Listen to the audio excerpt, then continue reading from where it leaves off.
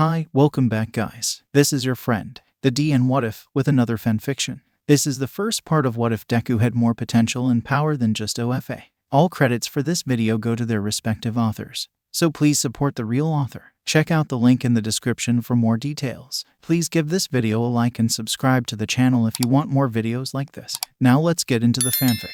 I went with the re-release of this series because when I first released it I was still learning. And it was my first story, so I stuck with it. Aside from that, I also didn't know certain details were canon that I now know. Anyway, time to start this over.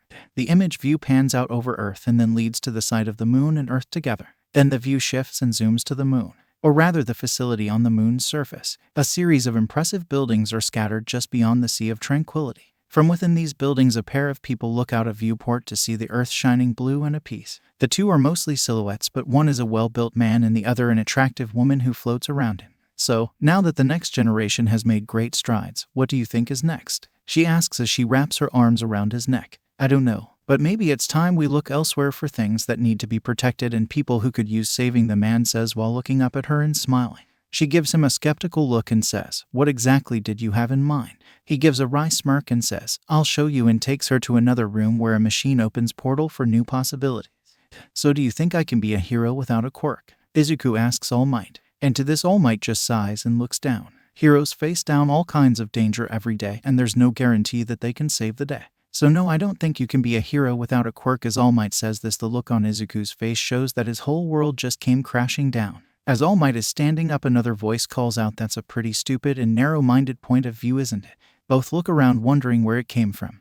Then they look up to see a young man standing on top of the stairwell door. He looks fairly fit and tall at about 6 foot with dark brown hair, wearing a t-shirt and jeans combo with what appear to be black boots and a belt with a large buckle. The thing that draws to both of their eyes, however, are the sunglasses he is wearing. They look simple in appearance, but they both notice they fully cover his eyes to where no extra light appears to come in. That is when the young man says his next point. "Pretty sure that just your injury talking there, dude." As the young man smirks after saying this, All Might has this look of surprise at him being called dude, while Izuku has an even more shell-shocked face than before at the fact that someone who looks as young as he is would call the #1 hero dude. After both have recovered a bit from the surprise, All Might says while some of that may be true, it doesn't change the fact that they face danger every day, and a quirk is honestly the only way to do that. To the young man replies, "Then you have clearly forgotten that heroes existed long before any powers were involved, let alone the fact that heroic intent is often defined by single acts or even spur-of-the-moment actions and movement." But this All Might has a bit of a discontent look on his face, due to remembering his own origin and acknowledging, if only in his mind, that what the young man says is true. While this back and forth is happening, Izuku is just looking between them both in confusion, until he asks, "Do you not know who this is?" He's All Might, the greatest hero ever, and the guy who was trying to let you down easy in the absolute worst way. The young man retorts, and you see that he struck a nerve with both. As they are still smarting from that retort, he pushes on with, "I may not know much about all of this, but from what I've experienced around, the powers, or quirks as you call them, seem to be the worst thing that has happened to humanity." After that, both have extremely shell-shocked faces at someone saying that, to which he presses on with, "Far too many are so stupidly wrapped up in their powers that they can't see anything else, let alone the fact that the powers may be more detrimental than they think." This gets Izuku mad as he says, "You are in no place to talk. The only way you could have followed us is with a quirk of your own, like a flying or super strength one that let you keep up with All Might. So how can you say that when you are just the same?" To this, the young man pauses and smirks a bit, then stating, "You're not wrong that I have powers, but I never said I had a quirk." To this, both are stunned, and before they can ask the obvious question, he replies, "I'm paraphrasing a quote from Shakespeare, but there are more things beyond your comprehension that cannot be defined by most sciences. I would say there are two bigger issues than even my origin and such. The first is that, had you even considered what the kid might do given how garbage almost everyone in this society is when it comes to his condition and background, or were you just overly optimistic on what would happen? And the second, and admittedly more pressing matter, did you even notice that the bottles with the slime guy in them were gone?" To which All Might pats the pockets of his pants and starts panicking, and then proceeds to run down the stairs. As Izuku is realizing that he must have knocked the bottles out, he starts to break down in a panic. The young man puts a hand on his shoulder to snap him out of it and says, "Since your original ride ran off, I can give you a quick lift down." Before even replying, the tall teen grabs him and jumps into an alleyway a few streets away. After coming down from the surprise, Izuku begins questioning the young man about everything, predominantly his power and how he is quirkless with his apparent capabilities. The young man keeps tight-lipped about this, mostly just smiling at Izuku's inquisitive nature. As they are walking, they hear an explosion and smell smoke from another street. They run to another alleyway where multiple pro heroes are dealing with the same sludge villain that had attacked Izuku before. The pros are all talking about how they can't do anything about the matter without harming the hostage. Upon hearing this, the young man just scoffs, saying in his mind, so this is how the so-called pros or heroes look at things. Not only are quite a few of them not very creative, but I can already tell that none of them have quite enough of what it means to be a hero. And yet here we are, planning to make a point and statement all the same. Although you being stuck in this shape is a bit of a problem, a second voice speaks to him in his mind.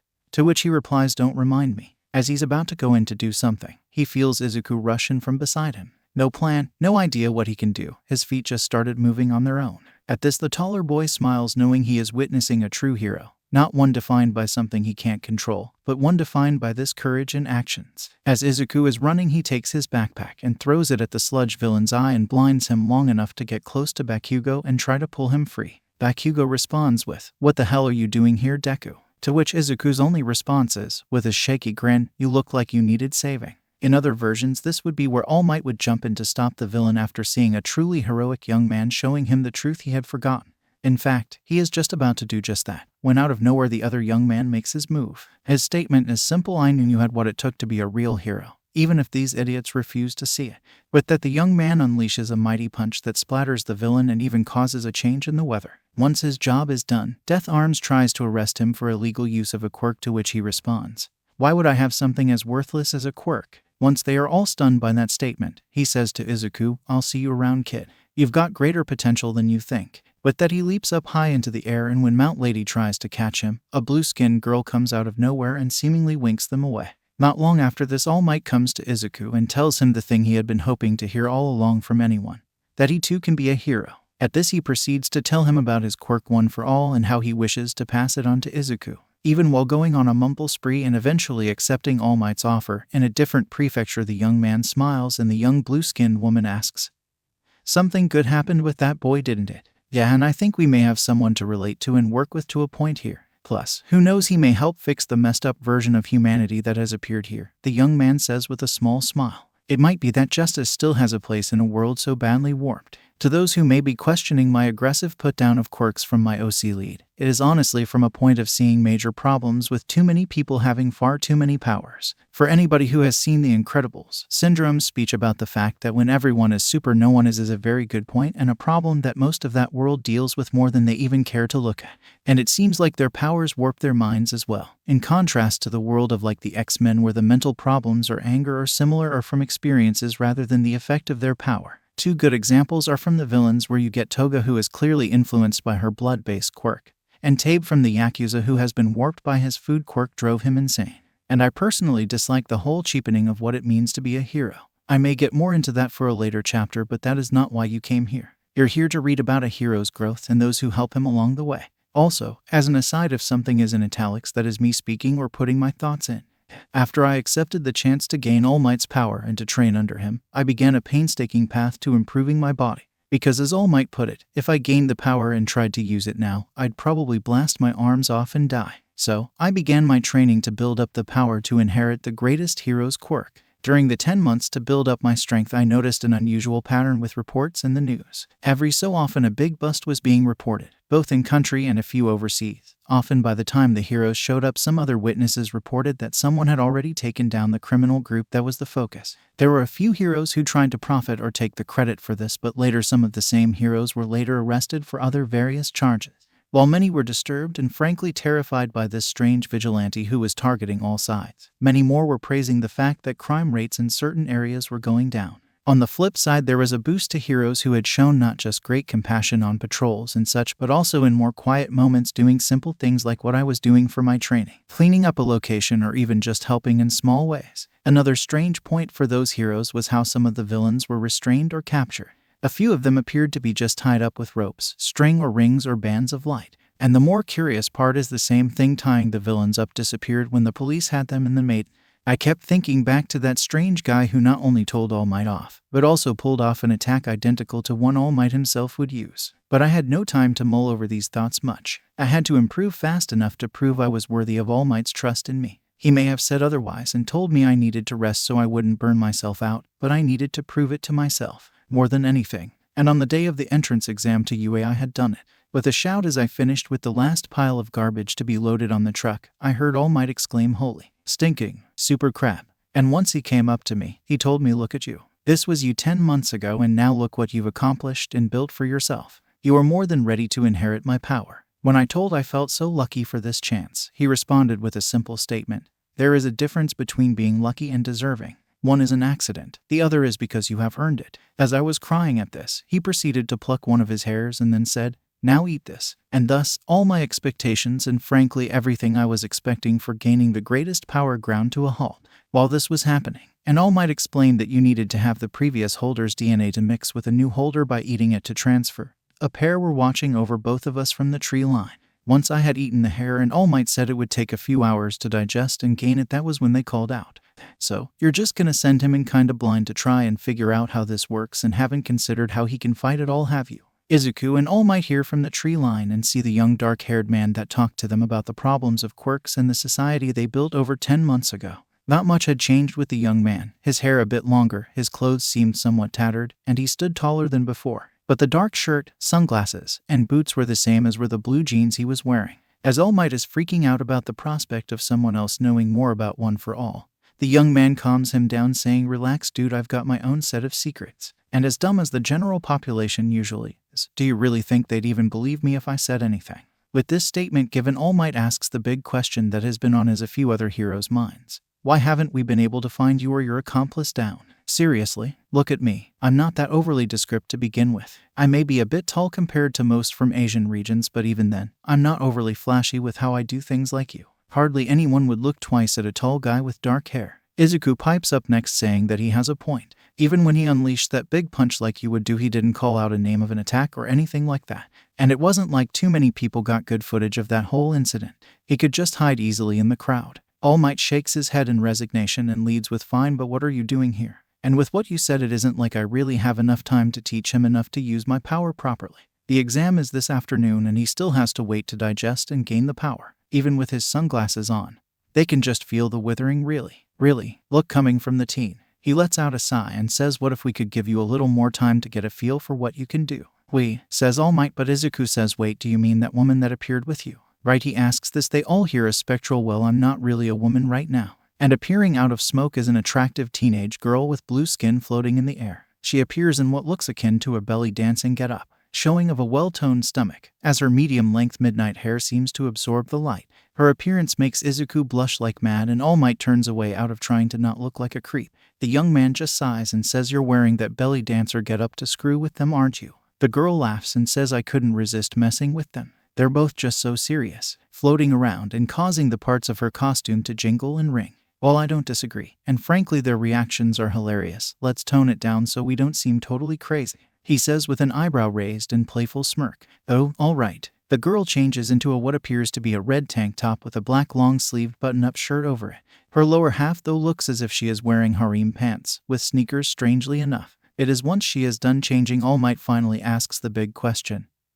Who are you two? With that, the young man has a look that basically says, oh yeah, we never got that far. Well, ladies first, my name is Saphantite. The young man snorts and retorts, really? And your name, young man? All Might pointedly asks, to which he says, my name is Jojo. Son of a bitch. You can call me Jotaro, to which Saphantite gives him an even more withering look saying, and you laughed at my alias. All Might wants to keep pushing them, but he knows they may not have the time and he wants to know what they are after. So why is it you want to help Izuku, let alone me? You seem to have a serious dislike for quirks and our hero society. So, what is in this for you? All Might questions, to which the pair look at each other and the young man leads off. The kid has what is in his heart to really be a hero, not just a fool who is chasing fame or glory, or like some of the dumb animals who want to play with their little tricks. He's not in it for himself but to help and save lives for the simple fact of saving lives. Jotaro says with a straight face, one radiating confidence and a straightforward mindset.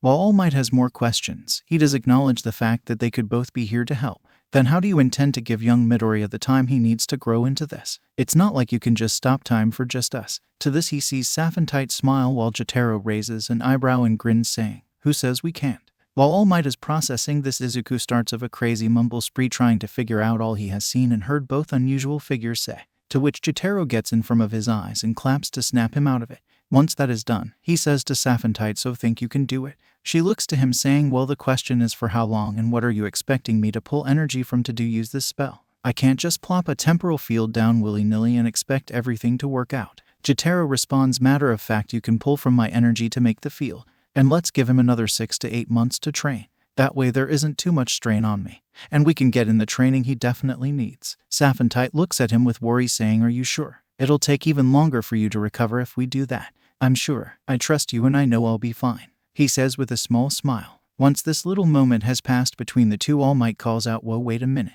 Did she just say spell and taking energy from you? How is any of that possible? Jotaro just smiles looking at All Might and says, remember what I told you before. There are greater things than are dreamt of in your philosophy and in your sciences. There is more out there than you know. With that said, Saphentite places her hand on Jotaro's shoulder, waves her hand creating a circle in the air and snaps her fingers making a white flash surround all of them. Once All Might and Izuku's eyes had adjusted after the flash of light the blue-skinned girl unleashed, they looked around and saw a hazy appearance to everything. The thing that shocked them more at one point was that they could see birds just outside the boundary, in mid-flight and not moving. It took them about 5 minutes to shake the surprise of seeing what they had believed impossible, even by quirk standards. When that was done, Izuku started shouting, how is this possible? You both said you don't have a quirk, and as far as any science and study of quirks goes, no one has any kind of ability like this. Is it some sort of tech-based capability? No, she called it magic. But magic doesn't exist, or does it? Mumbo mumbo. So, are you gonna be lost in your own little world within this time-accelerated world for a while or what?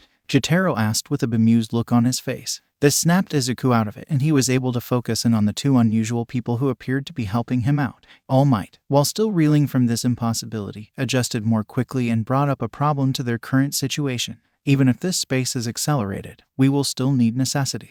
Food, water, a place to sleep or rest, a place to use the bathroom or wash up. How exactly are you planning to deal with that? Jotaro and Saphentite shared a wry smile before both pointed out there is a literal genie in front of you. She can create food out of thin air. Pointless stuff like logic, reason, rational thought and perspective, even physics are worthless to both of us.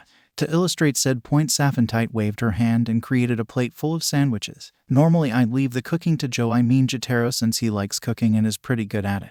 But we're pressed for time and we need to get started. Though she is limited in certain ways too. She can't warp or change reality too far, nor can she just make whatever you wish for happen anymore. But small stuff like making food or a structure isn't hard at all and doesn't have too many long-lasting issues. Right, so Izuku will keep this simple for now. You and I are gonna fight for a while, Jotaro says, while Izuku on the other hand has a completely freaked out look shouting, wait, what? Jotaro smirks before saying, you need to first figure out how you want to fight or what feels right for your body first. Having a power is great and all, but it doesn't equate to knowing your own body and the way you can fight best. As Jotaro is saying this, takes off the outer shirt he is wearing. Even though he is wearing a t-shirt under, the shirt is tight across his chest and shows off the impressive muscles he has. Izuku feels too intimidated to move, so, if you won't make the first move, I will. And with that, Jotaro rushes at Izuku, going for a punch to the face while smiling. Izuku dodges in time, but just barely. He had not only been intimidated by Jotaro's size, but the bit of killing intent that seemed to be coming from him. Good. Even though you were scared and probably a bit overwhelmed, you still found the strength and courage to move. That's one of the best starts we could have in this case, Jotaro says with a more relaxed smile rather than the look of bloodlust before. Now, I'm not going to attack you again. Instead, you are going to come at me with whatever you've got or can imagine up for an attack. And I won't hit back right away. I'll just dodge or block instead. Izuku is confused by this statement and asks, wait, why are you not going to be fighting back? You need to get a better feel for how you want to fight, like I said. To do that, you have to fight on your own merit and with whatever skill you think you have. And no, this has nothing to do with power or anything like that. People can fight without something like that and have for millennia. So, for now, try and throw punches or kicks that feel right. And with that, Jotaro takes a stance with his right foot behind his left and his left side to Izuku, who in turn clenches his fists and gets a rough boxer-like stance. While this is going on, Saphentite has created chairs and a few other amenity-like places for when Izuku and to an extent All Might get tired. She and All Might are currently sitting on chairs she created and watching while the other two spar. After a few minutes, she asks All Might a question that has been bothering her. Surely with the meta abilities that everyone is so proud of, they should have been able to heal you. So, why are you stuck in this emaciated state? He sighs and looks to her with a bit of resignation. Even with the best healing quirks and the surgeries I've undergone, they couldn't heal me back to full. It's pretty hard to replace a missing stomach and badly destroyed lungs. He looks back to the boys sparring and contemplating what is to come. Not just due to my injury, but also the fact that I'm getting older. Sooner or later, I will have to retire. And when that day comes, I'll have to entrust the future to young hopefuls like young Midoriya and even young Jotaro. You two only gave what I'm guessing are your given names, not your family names. Oh yeah, that is more of a thing in Eastern countries. We'll talk about that later, but really, the silly superpowers you are all so proud of haven't helped advance medical science enough to where you can clone or recreate organs that have been lost. Let alone just going with a transplant surgery can't help you, Saphentite asks while pinching the bridge of her nose in annoyance. Okay, you know what? Once those two get done with their sparring for a while, we'll fix you up. All Might, while she is saying all of this, has a shocked look on his face, and once she's done ranting, he says, whoa, wait. What? How can both of you help? I get you're a genie, but you even said some of your power is limited. And I thought his power was just some sort of super strength. So how can he help heal someone? Saphentite just gives him a deadpan look. First of all, just because my power is limited doesn't mean I can't create the cells that would make up your stomach and lungs. And second, why would you assume a metahuman's capability is so simple and one note with their power, or only has one base ability? All Might is a bit taken aback but explains, well, that's how quirks are. For the most part anyway. A person with a quirk only has an ability that in many cases is very simplistic and straight to the point and have minor resistances, let alone the fact that there are often drawbacks to the powers. Like for a pyrokinetic or cryokinetic, they could either get frostbite or burn up their own bodies if they overuse their power. Others may have issues like overloading their brain if they have an electric quirk, or it can only be used from a certain part of the body or with specific equipment.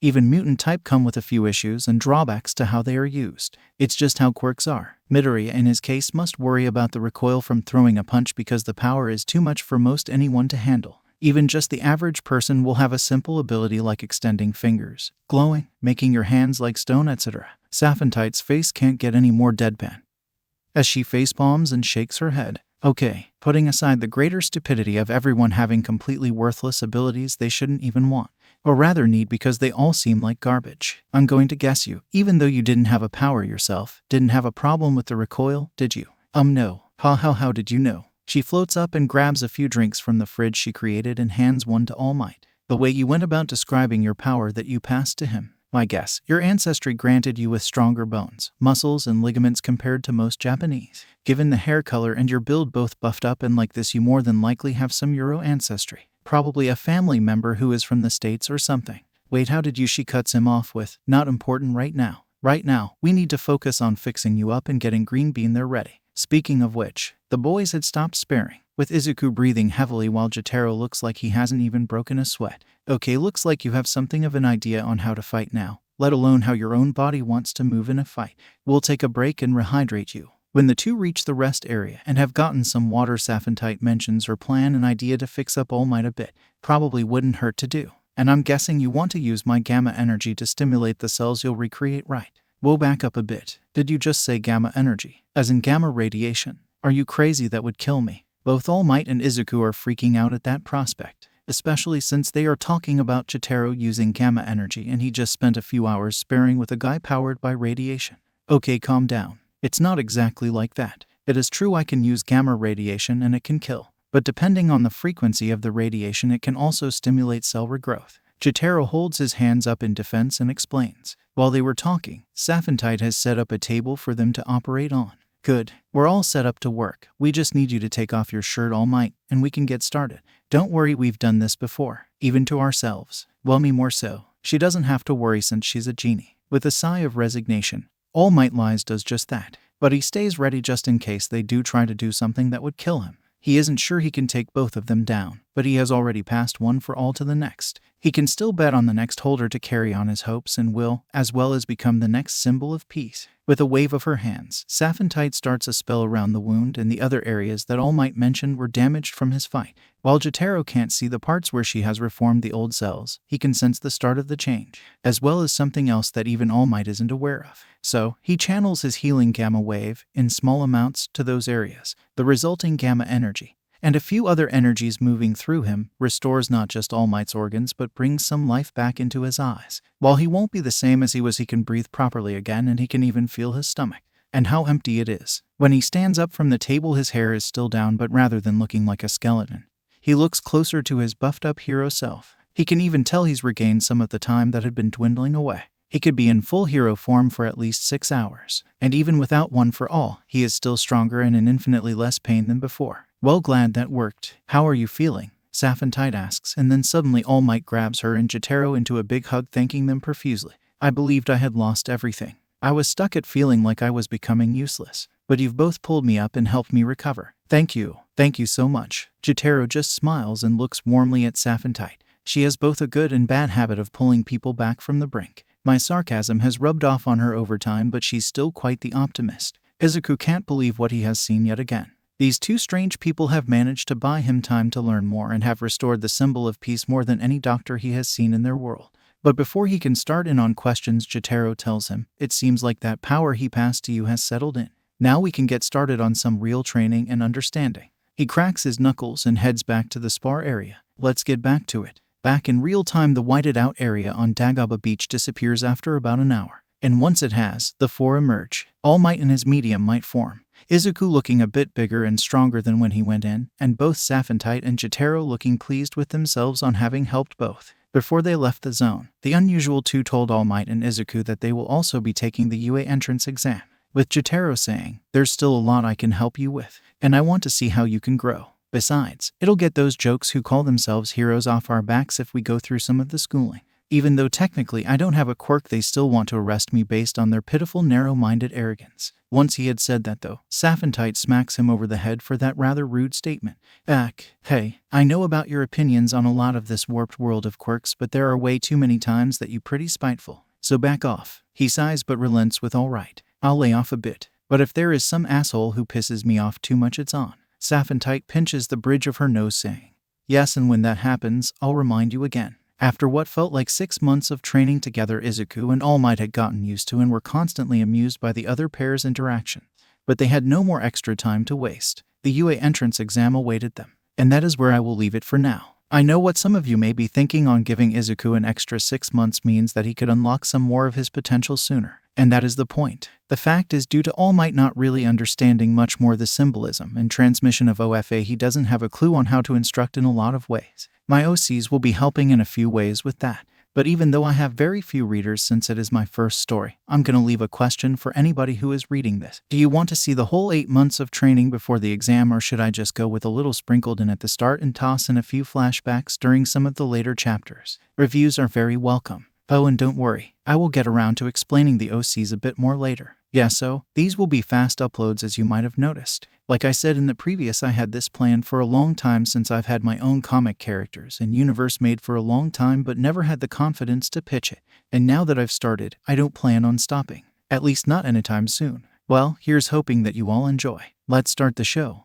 As I walked up the slope towards UA, I couldn't help but feel a swell of happiness and pride that I had the chance to do this. It was made even more possible thanks to my two newest friends, Jotaro and Saphentite. I know their actual names now, but even though I know their true names, I'll probably stick to calling them by that. Habits die hard after all. Move your ass over, Deku. Speaking of which, Kano Katsuki is still the same.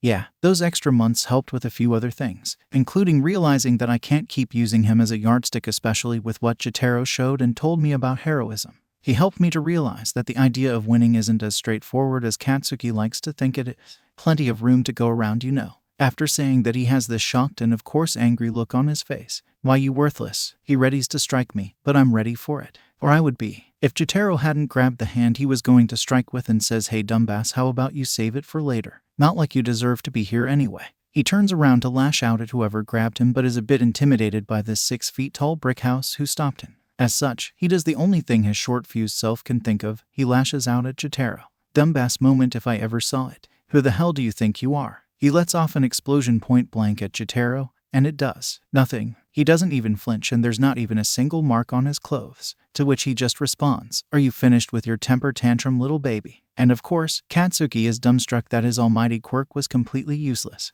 With that done, Jotaro lightly tosses Katsuki away. Remember what I said, fool, save it for later. Otherwise, you'll find you have different issues to deal with. With that, Katsuki huffs and basically stomps away like a kid told to go to his room. Whoa, that was kinda intense. We both look behind and see a cute girl with brown hair, a permanent blush to her cheeks, and brown eyes who had apparently seen the whole thing. I was a bit dumbstruck that a girl would talk to me. I may have gotten used to Saphentite, but she is a bit more different given what we've been through. Jotaro takes a moment and elbows me back to earth. Yeah, we have a history. He's strong, no doubt. And his drive to be a hero isn't bad. His big problem, though, comes from letting way too much praise spoil him. Well, he'll probably get a wake-up call about it sooner or later. Jotaro says first, then looking to the girl, so what's your name? The girl is a bit surprised by the bluntness of the question and answers Uraraka Ochako. What about you two? I'm stumbling a bit, but I managed to get out I'm Midoriya Izuku. And of course, Jotaro has no problem saying Jotaro Svoboda. Just FYI, I used my given name first. And good luck trying to pronounce my family name. It's Czech, not German or English. Uraraka seems a bit off-put at his statement, not to mention his way of referring to himself. Or maybe she's just a bit unsure how to go about it given not only what he just said but also how to pronounce his last name with a Japanese accent. Jotaro may speak fairly fluently, but he still peppers a lot of other languages in when he talks. Okay. Jotaro-kun and Deku-kun. I'm a bit surprised by what she said, so I correct her gently. Izuku, please, or just Midoriya.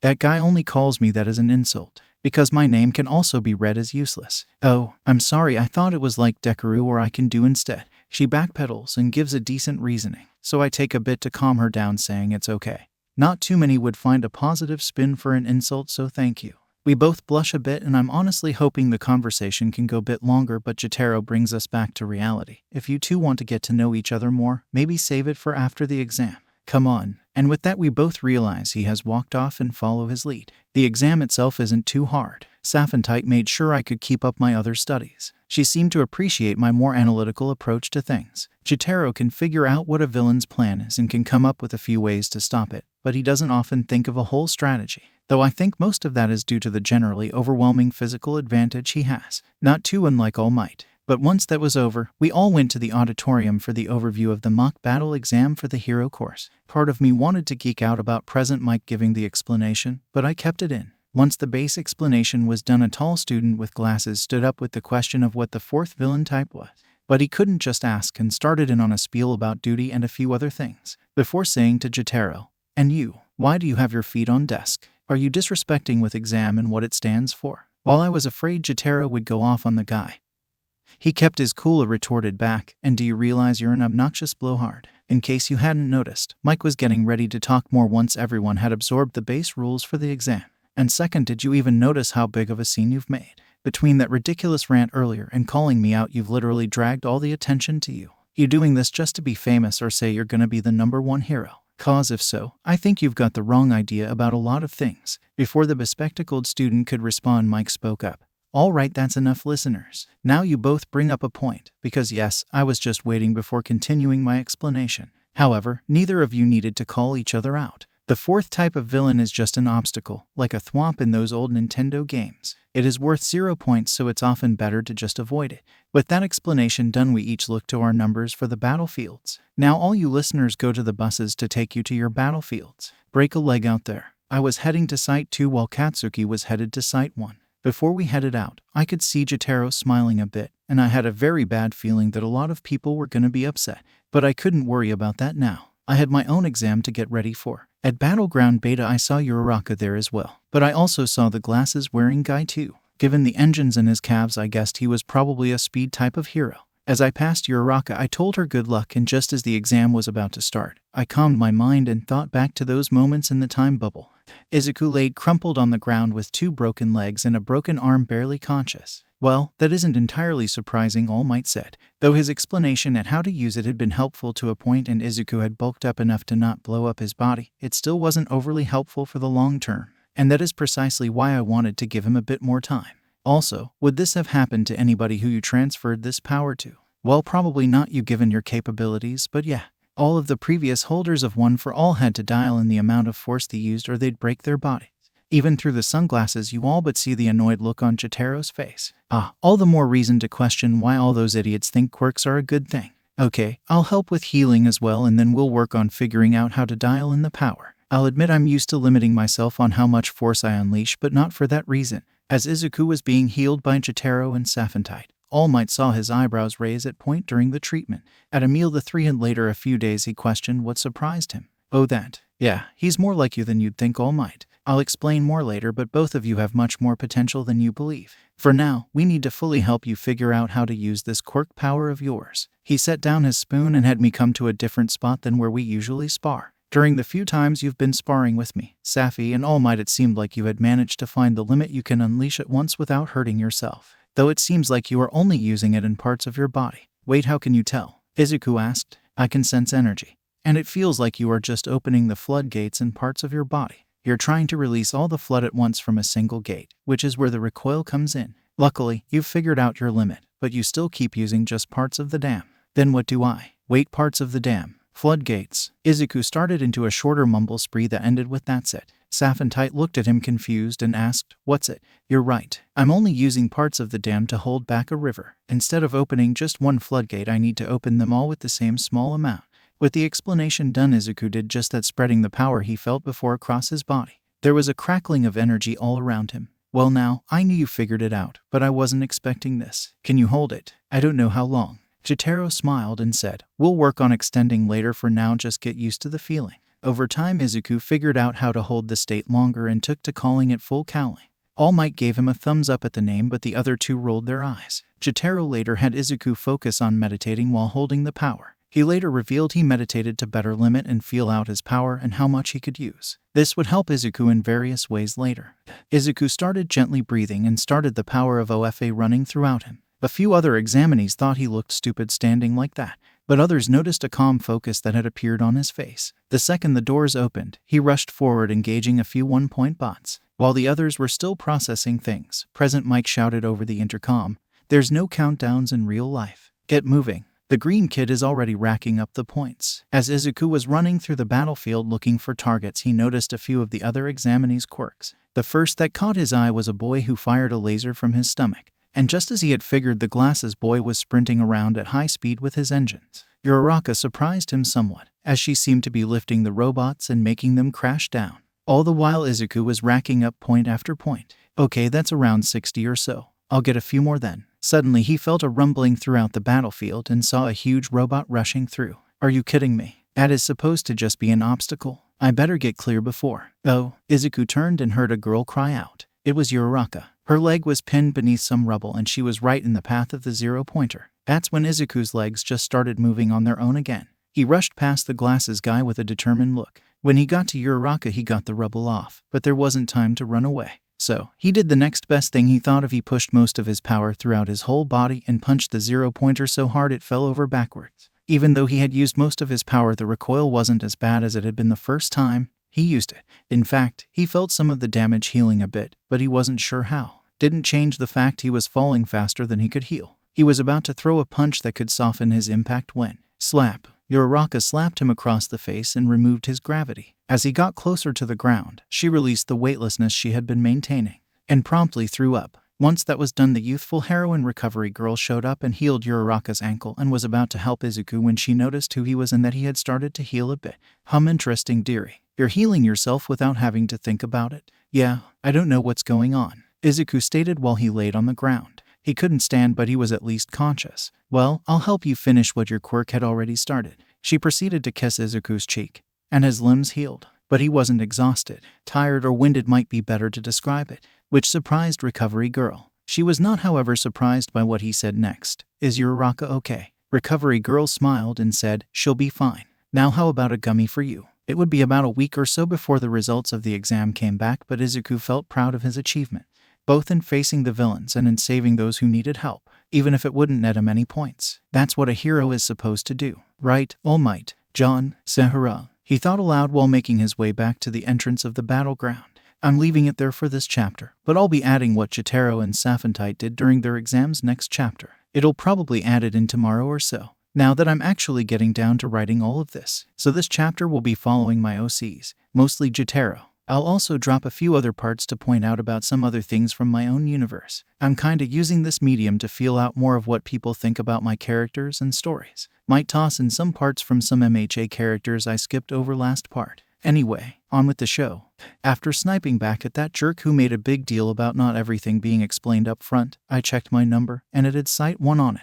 And when I heard that jerk Bakugo was also at Site 1, well, this is gonna be fun. For one of us anyway. After we each got up to leave, Safi, or rather Sahara, caught me before heading to her bus. I saw that look. What look? I say, trying to keep a straight face and turning away from her. Don't joke around, John. I'm serious. What were you smiling about? And please just be honest. Even without seeing, I know she is looking at me with a mixture of both concern and a bit of disappointment.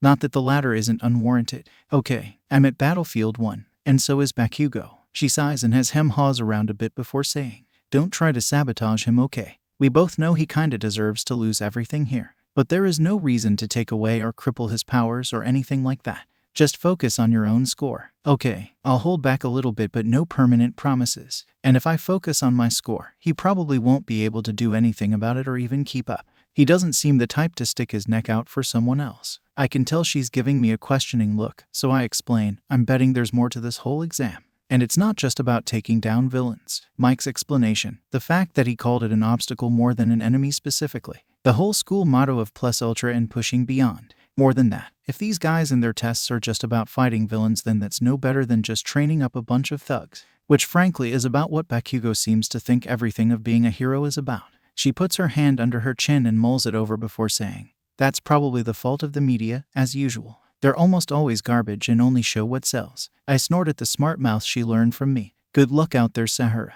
I know you'll be a top fighter, but I hope you do it your way. And shine the calming light that you always do." I smile as I head for my bus. Even without looking, I can tell she has a content and happy smile on her face. Once we load up on the bus to go to the battleground, I can already feel everyone's eyes on me. Most are just looking at me as the guy who talked back to the glasses guy in the auditorium. But I know the most intense glare is coming from a certain angry Pomeranian, to which I just shake my head and chuckle to myself. When we arrived at the exam site, everyone is getting ready with either sets of equipment to use their quirks or have changed into workout or athletic gear. Hey, while that is going on, I'm heading toward where the entrance is to get ready. "Hey asshole, you, big guy with the sunglasses, look at me." Yes, I'm well aware that he is trying to get my attention so he can brag up or try to intimidate me, but I'm not giving the little shithead the satisfaction. I said, "Erg," and that's when he does the stupid thing, of course, and he grabs my shoulder, to which I respond on instinct by backhand punching him in the face so hard it sends him flying and bloodies his nose. While everyone around me is intimidated by that, I just look around and say, "Hey, whatever." And with that, I've pretty much shut him down on trying to assert his dominance or whatever bullshit he wants to pull. He's not dumb enough to try and fight for the simple fact that the practical starts soon.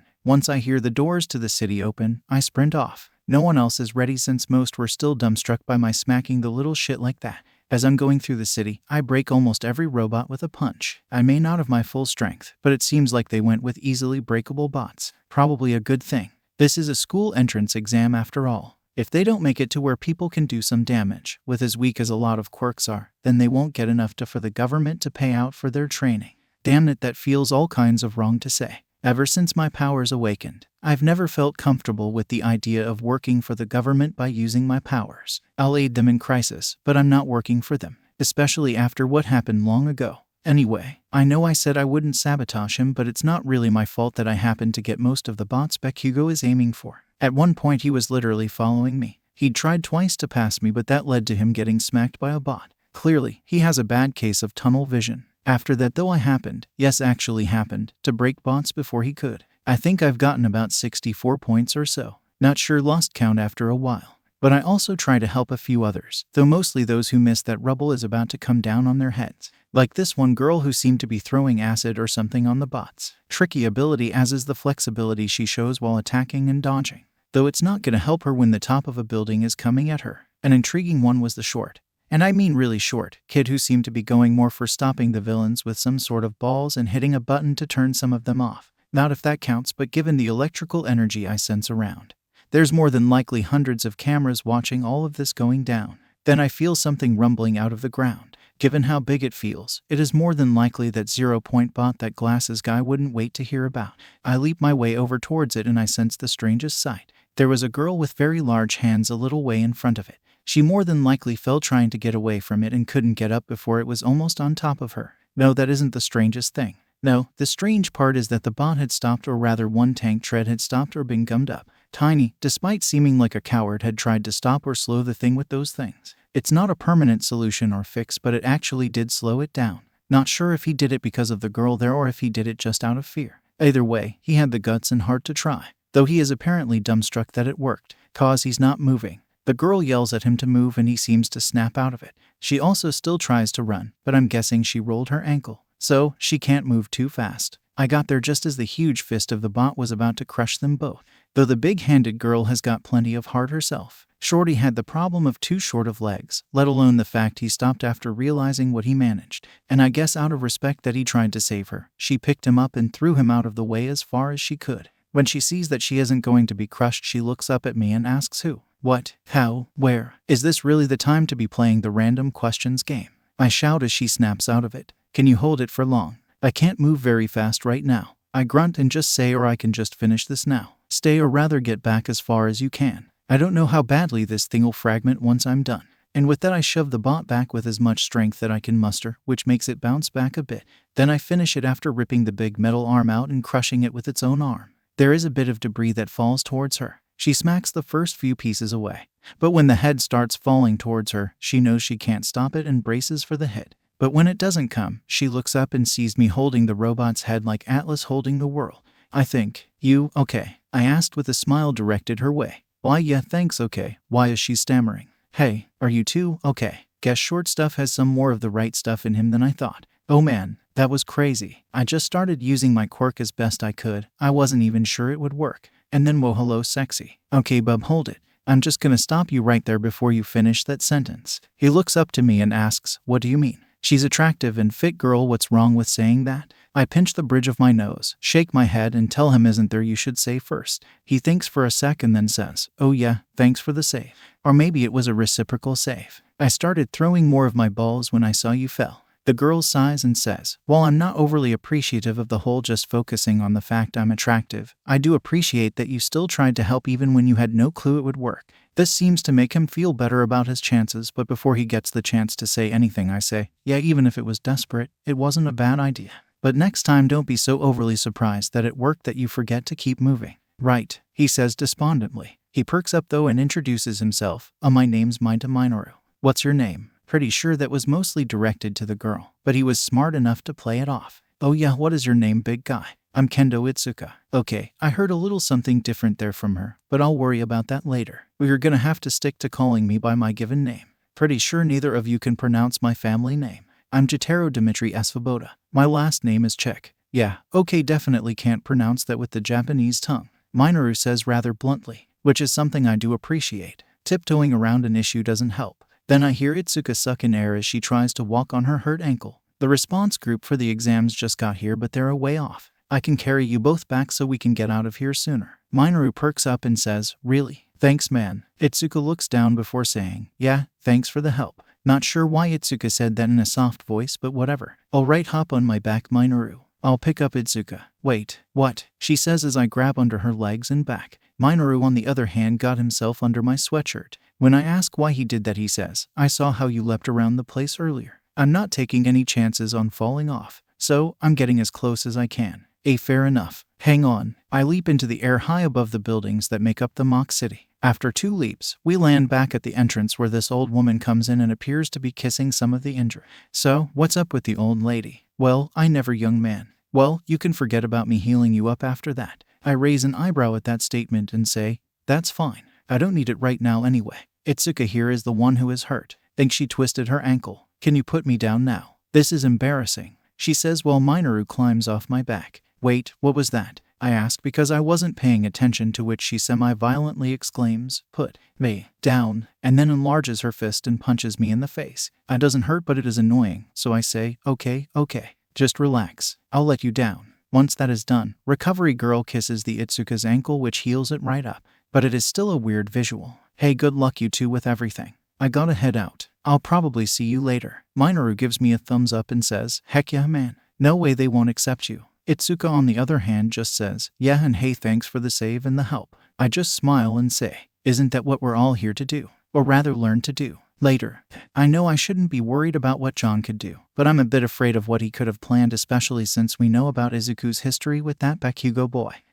Never mind. Whatever happens, will happen. I can't change that part or what is gonna happen next. So instead, I'm psyching myself up and stretching out for this. I'll keep it mostly simple, some basic blast spells, maybe go into the martial arts I've learned. I'm of course gonna fly around, but even then, I know more battles take place on the ground than anywhere else. Mid-air battles are always messy anyway. Then I decided to change into something a little more comfortable for the fight. With a snap of my fingers, I change into a tight tank top and a comfortable pair of sweats. I keep my sneakers though. Love the comfort of them. Well, that is a cool quirk. But is it really helpful for a fight like this is gonna be? I look over and see a young boy with shaggy black hair and shark-like teeth who is giving me a questioning look. Of course, I can tell he's looking at a few other parts of me more than my face. Though relative to a lot of the other guys he isn't too bad. More like he's trying to figure me out. I smile coyly and poke him in the chest, which makes him blush, and say, "Who says that's my only trick?" That's when I hear Present Mike shout begin, to which I turn around and fly off to find my first targets. Apparently, no one else is quick or smart enough to go because Mike has to follow up shortly after to tell everyone else to get moving.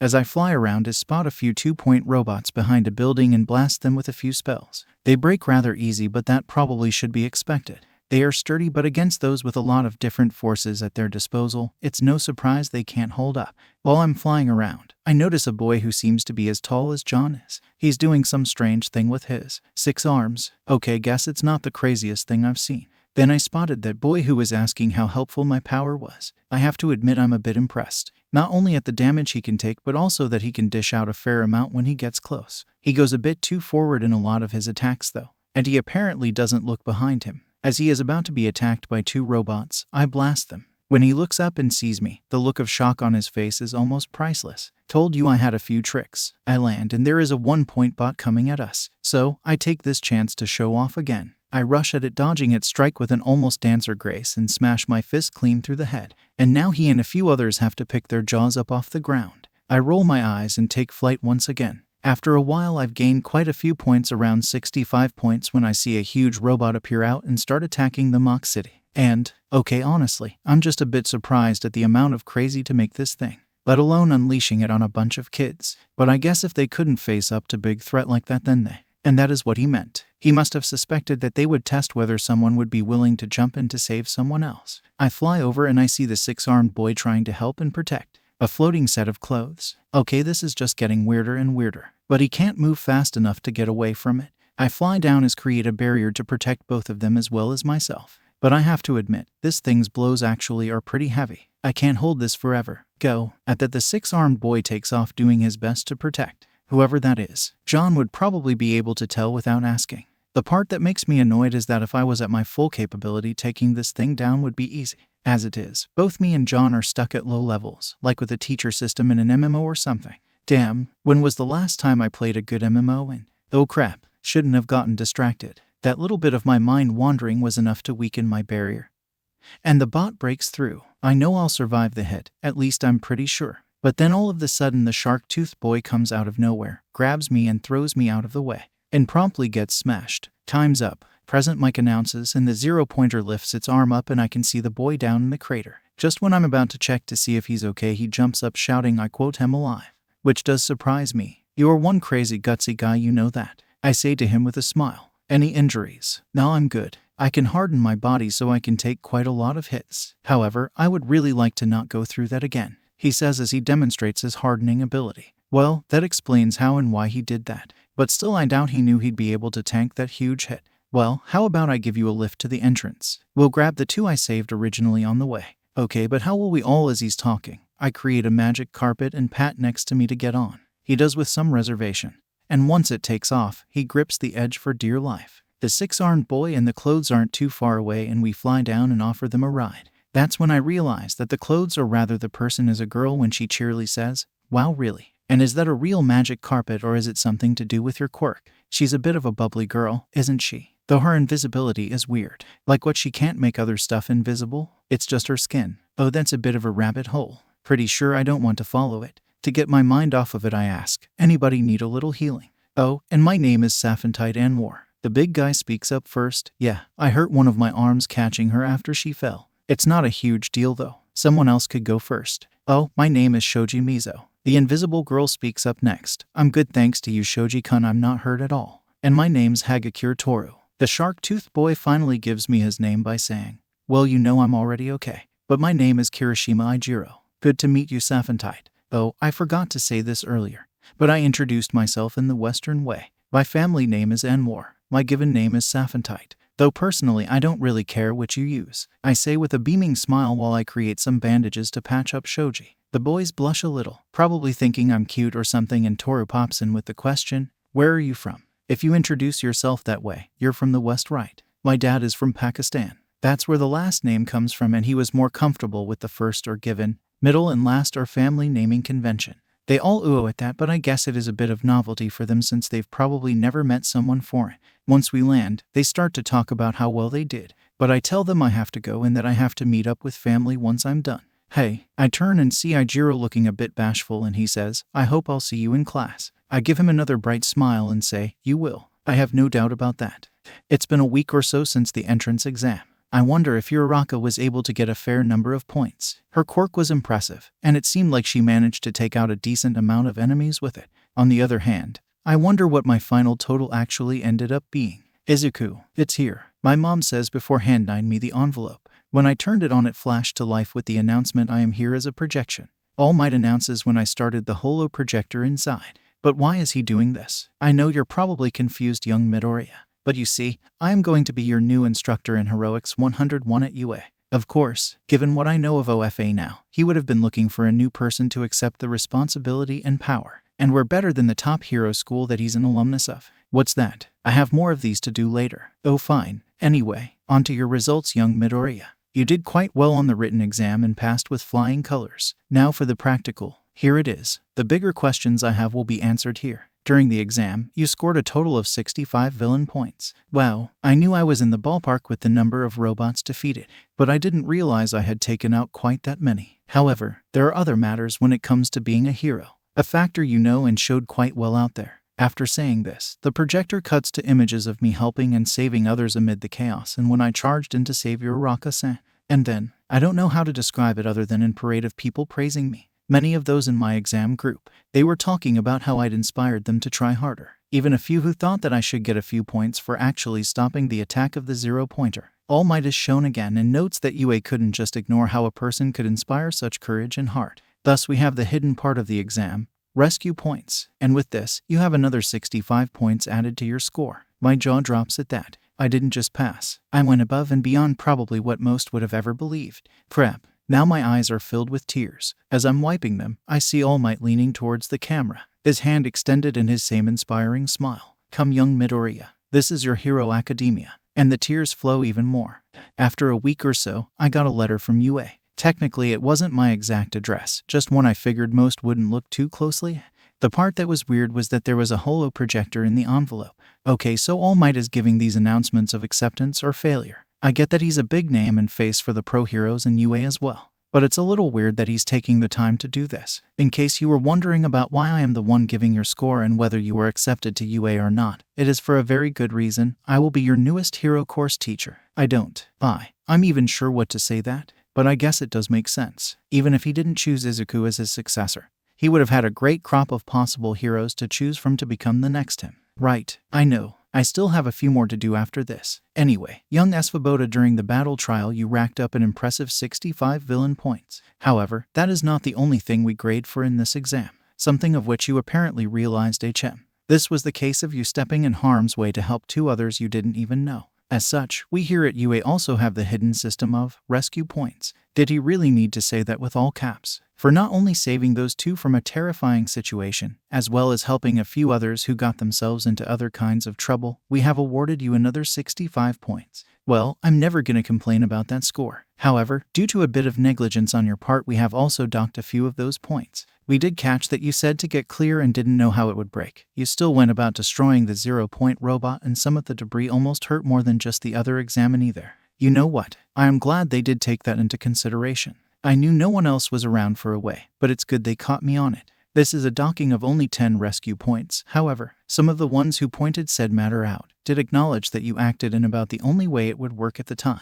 So, with all of that out of the way, your total score comes out to 120 points, one of the highest ever recorded at this school. Welcome to your Hero Academia. Well, this should be interesting. When the envelope from UA came to my pseudo address, I was a bit curious on why they went with holo discs for something like this. When I turned it on, the projection showed a woman in a flesh-colored bodysuit, with what looked like bondage gear around her abdomen and an unusual domino mask. Okay, really? Is she supposed to be a hero? Between that look in her eye and getup, she seems like she either belongs at a club or is a villainess who gets off from screwing with heroes. Hello there, cutie. You made quite the splash during the practical exam. And I don't just mean the little change and tease you did before the exam. They were watching as everyone was getting ready. That might have some repercussions for some. You managed to rack up an impressive count of 65, tying with the top score for villain points. Wonder who that was that took the top. Yes, that was sarcasm, but that's not all we worry about here at UA. One of the biggest things to count for in what it means to be a hero is the spirit of self-sacrifice. You showed that when you protected 2 other examinees as they were running from the 0-pointer. You held as long as you could, though there was someone who noticed that you got distracted. We all figured that was probably when your shield broke. But still, you held out long enough for someone else to get away. I grimaced a bit at that, remembering what happened. With that, and your other actions in helping others, we have decided to award you 50 rescue points. A few of us had tried to make a case for you getting more, but they got outvoted. Well, that figures. I can't blame them for docking me for getting distracted. If it had happened sooner, those 2 would have been caught up in it. Though to be clear, I was one of the ones who voted to dock your score. I've seen what happens if you get distracted at critical moments like that, but you'll learn from it. Congratulations, and welcome to UA. Not what I was expecting on who voted against me, but I am not opposed. After I was done with the letter, I opened the door and John was there. I could tell from that look he made it in as well. After a small smile, he looks away towards where we trained Izuku. We need to go to Dagaba. We should check in with All Might and Izuku. And how do you know Izuku made it, let alone that they are there? He just turns back and gives me the really look. Oh right, I guess we didn't train him for nothing. Once we get there, we all talk about how we did and congratulate each other, especially Izuku. He had tied with John for all of his points, and unlike both of us, he didn't get docked for other actions. After going over a few things and All Might revealing that he would be teaching at UA, we all went out for dinner to celebrate. Izuku had called his mom and she was happy to see the 2 of us. She wasn't sure how he had become so confident so quickly, so we just said we helped Izuku while he was doing the beach cleaning. After a fun evening of Japanese-style BBQ, we all went back to our homes. Things are gonna get interesting in a few months. I was pissed. Bad enough that damn Deku had a spine now and isn't even intimidated by me anymore. But that big guy basically made me look like a damn extra. I heard after things were done, he smashed apart the huge 0-point robot. What the hell was the point to that? Why waste time on something that won't raise your victory count? If anything, let some other extras get crushed by the thing so they stay out of the way. Anyway, that isn't important right now. I just got my letter from UA. I can't wait to hear how I took the #1 spot for the hero course applicants. I power up the holo projector, and I see some scruffy-looking guy with a scarf. Maybe he's an administrator or something. Hello, Katsuki Bakugo. I'm one of the teachers here at UA. Okay, that's surprising. Probably some no-rank extra hero. But you aren't here to hear about me. This is about your application to UA. You passed the written half of the exam with flying colors. Of course, I did. So how far ahead of everyone was I? For the practical, though, you scored 12 points. What? How? Did they mix mine up with Deku's or something? In case you're wondering, we have a few of the images during the practical to show you where you went wrong. Or rather, just the fact you had a bit of bad luck. As it starts, I'm seething right now. How could they reject me? I'm the best. I'm the next #1. And that's when I see it. Right as I was about to hit a lot of the robots I had been targeting, that big bastard shows up and breaks them first. I had followed him for a bit to try and beat him, but that didn't go well, so I focused on other places and targets. How was he still taking out my prey when I was trying to avoid him? In case you were wondering about the other guy, he was bouncing around all over the place. Don't know what his quirk is, but a lot of us thought it was like All Might moving through the area. So yeah, you only have the 12 villain points. This can't be. This isn't supposed to happen to someone as great as I am. There one other thing though. I heard that and I'm sure he'll tell me I'm still in the hero course cause of how great my quirk is. Unlike that useless Deku with no quirk. We have footage from just before the exam started. We saw the altercation between you two. So they'll be getting rid of him and I get in instead. Perfect. It's clear during that time you were trying to pick a fight. The other one was ignoring you, and when you got physical, he just reacted. One of our staff knows him in the fact he knows martial arts. All you were doing was provoking him and he just reacted on instinct rather than with any intent. I'm just floored by this, and the fact it seems like they won't be letting me in. With this we docked you 5 points. Some had suggested 10, but we figured it was best not to push it more. So, your final total is 7 points. 7 points. 7. That means I didn't even break double digits. I'm not going to be in the UA Hero course. Even though you failed the Hero entrance exam, you passed well enough to get into the general education course. You have potential, but you need to learn to stop making everything a competition and just standing on top with intimidation alone. So that's it. This is how my great story stops. This is bullshit. You still have a chance when the UA field day comes around. Until then, keep up your studies. And hopefully you'll get a chance at some point. Good luck. For the first time in years, I just feel like I need to cry. Damn it.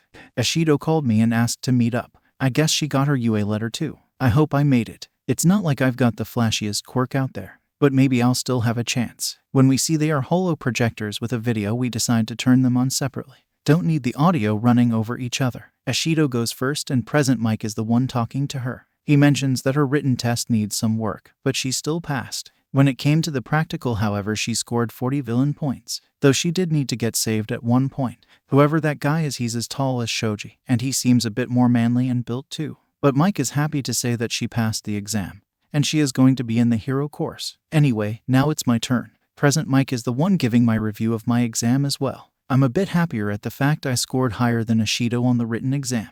Not by much, but still. After that is when they get into my villain points during the practical. I had lost count of my points during the battle, but I ended up with 39 villain points. Ashido was chuckling and saying that she got more points on that battle end. That's when Mike pipes up again, saying that battling villains isn't the only thing we look for in an applicant. They have to be willing to do more, and that is what you showed here. But that the image cuts to when I saved Safentite from the 0-pointer. Ashido is having a mix of reactions, first telling me I'm crazy, then saying I was really brave, and then she gets this look that she has when she hears good gossip, and she starts grilling me about Safentite. But that's not the part I'm focusing on. Instead, I'm focused on what Mike says next. You proved that you have what it takes, and so, we awarded you with 35 rescue points, taking your total up to 74 points. Kirishima Ijiro, welcome to the UA Hero course. Once the projection is done, I give Ashido a look of you were saying. At the fact she scored higher than I did, she punches me in the shoulder playfully and asks how we want to celebrate. I suggested we go out for some good meat to celebrate. I had gotten my spark of a hero back before the exam, but I'm glad that I had managed to prove myself that I still had a bit of the manly spirit Crimson Riot inspired in me. I'll make a bit of a change before starting at UA. It's my new school and my new start. I know a lot of you will probably be annoyed that I kicked Katsuki out, but I have a long-term plan. Well, most of one anyway. But yes, most of the original cast will be in the same. I did also plan to remove one more of the guys since Safentite will be taking their place. Since Shoji is sticking around, I'm currently stuck between removing Shiro, Koda, or Sato for now. This time I'll wait a couple of days to put up my next chapter this time. So please review on who you think should be removed. My original plan was to remove Koda, but the other two haven't had much presence themselves. At least Koda had a moment during the final exams. So anyway, leave a review on who you'd remove of those three. Well, I've made the decision, and you'll see who in the chapter after this one. For now, we have the assessment chapter and introduction chapter. There'll be a light bit of drama in this chapter, and it has nothing to do with Aizawa's test. You'll see. On with the show. Do you have your handkerchief? Inko asks while her boy is running around the apartment. Yeah, I got it, Mom. Izuku says as he's putting on his shoes to go to his first day at UA. He was all changed into his uniform, his backpack on and ready for his next step to becoming the hero he dreamed of being. Inko herself was so proud and happy for him. Not only had he made a few new friends before the exam, but he had started on the path to his dream. A dream she had thought was impossible for a time due to the world they lived in. But he persevered and found a power all his own. Thinking back on and seeing him ready to go, she stopped him for a moment and said, "Hey, Izuku, you look really cool." "Thanks, Mom. I'm off. Time to get started on the path of a hero." As Izuku arrived at the gates of UA, he felt his heart swell at what could await him here. While he was staring at the building, Jotaro and Safentite came up behind him. Jotaro looked a bit uncomfortable in his uniform. "Am I the only one who feels awkward in this getup?" Yes, you are," Safentite says with a smirk. In contrast, Safentite seems to be enjoying the uniform, though she may not want to float around too much with it on. Izuku, on the other hand, is smiling at his friends, and to an extent teacher discomfort in the blazer and slacks. While they are all talking though, Izuku happens to spot Katsuki walking by, his head down and eyes shadowed as he walked on up to UA. Izuku knew some of what was going through his mind as he headed to the main building. It happened when their teacher had called him to the faculty office. "Congratulations are in order, Midoriya-san. You are the only one from our school to be accepted into the UA Hero program." When he said that, Izuku, with a surprised look, asked, "What about Katsuki? Didn't he make it in too?" The teacher, upon hearing this, had a slightly disappointed look on his face. His response was, "Unfortunately for Bakugo-san, that did not happen. He apparently got one of the lowest scores for the practical, as well a bit of a disciplinary action against him for his actions before the exam."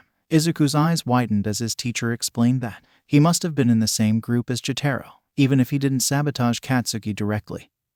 He earned quite a few points himself. The two of us did tie for the top rank after all. When his teacher saw his wide-eyed expression, he quickly said, "That isn't to say he won't be at UA." He was accepted into the general studies course, but for now, his plans for being a hero are put on hold. At lunch, Izuku was going to talk to Katsuki when he got a call from Jotaro.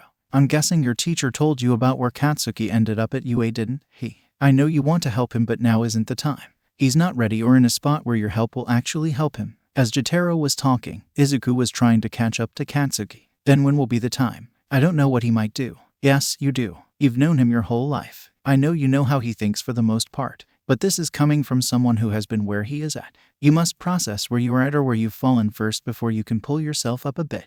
Once he's there, then he starts trying to find his way up." Izuku knew what Jotaro was talking about was his own history and experiences. When he was down, it took him time before he was willing to let Titan to help him pick himself up. So, Izuku stops and realizes that he has a point. Katsuki has always fought or showed off his way through problems. He had never felt a major loss in his life, so this isn't like what happened when he told him to jump off the roof. Izuku had been down his whole life, but this is the first time Katsuki has really been knocked down. He knew Katsuki would find something to grab onto eventually. One part might just come from the UA Sports Festival. There was always a rumor that other departments could get the chance to move up if they performed well enough, and knowing Katsuki, he'll show them what he is capable of there.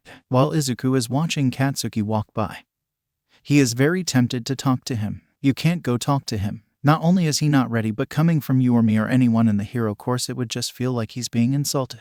And we both know how badly he reacts to the idea of being looked down on, Jotaro says with a stern look on his face. Doesn't change the fact that I want to help him. It's part of what a hero does. Right, Izuku says with a small smile, to which Jotaro smiles back and says, right, he just needs a little time. The first big losses or a huge defeat is often the hardest, but it's the one everyone needs. Hey, if you two want to keep discussing this, I'm leaving you behind. They both look and see Titan flying a little ahead of them. The two boys look at each other with a smile and follow her lead at hustling up to the main building of UA. They finally find the classroom for Class 1A. Whoa, that's a huge door. Must be for people with gigantification quirks. Well, at least I don't have to worry about hitting my head. And at that you can just feel the deadpan looks coming from Izuku and Titan.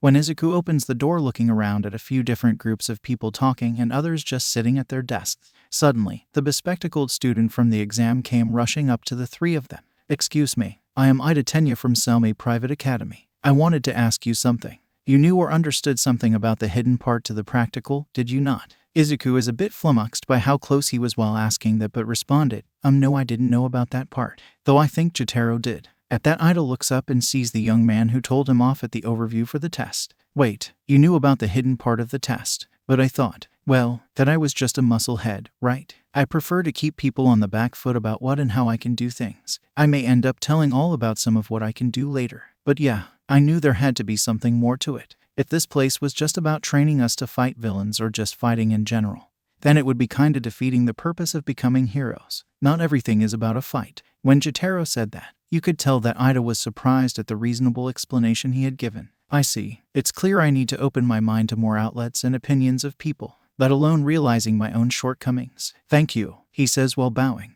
While he's doing that, two others approach the group. Hey Titan, good to see you. Glad we're all in the same class. Ashido, this is Titan.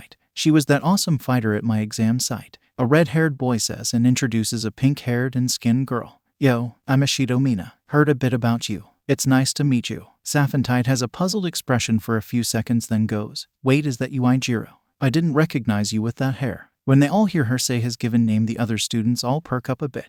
Ooh, you two are at that step. Ashido teases Ijiro, who is blushing and trying to say otherwise when Jotaro says, it's easier for us given our backgrounds. I'm from the States, and I'm originally from Pakistan. Also, I was never big on formality. While a few are processing or just chuckling at the exchange, Uraraka shows up behind Izuku and says, hey Izuku-kun, Jotaro-kun, guess we're all in the same class. Yeah, glad to be studying with you. Izuku gets out with a light blush. We might want to move it before the caterpillar that could probably use a nap, a shower, or a hot meal gets too annoyed. When a few of the others hear that, they quiet down, wondering what the heck he was talking about. Impressive that you noticed I was here, let alone the other parts you mentioned. But yes, if you are all here just to make friends, I suggest you go elsewhere. Everyone looks and sees a man in a yellow sleeping bag on the floor sucking on a yogurt pouch. Most of you quieted down about 8 seconds after he said that. You all aren't rational enough. Is this guy in any place to talk? Most of the teens think. But Jotaro has a different thought.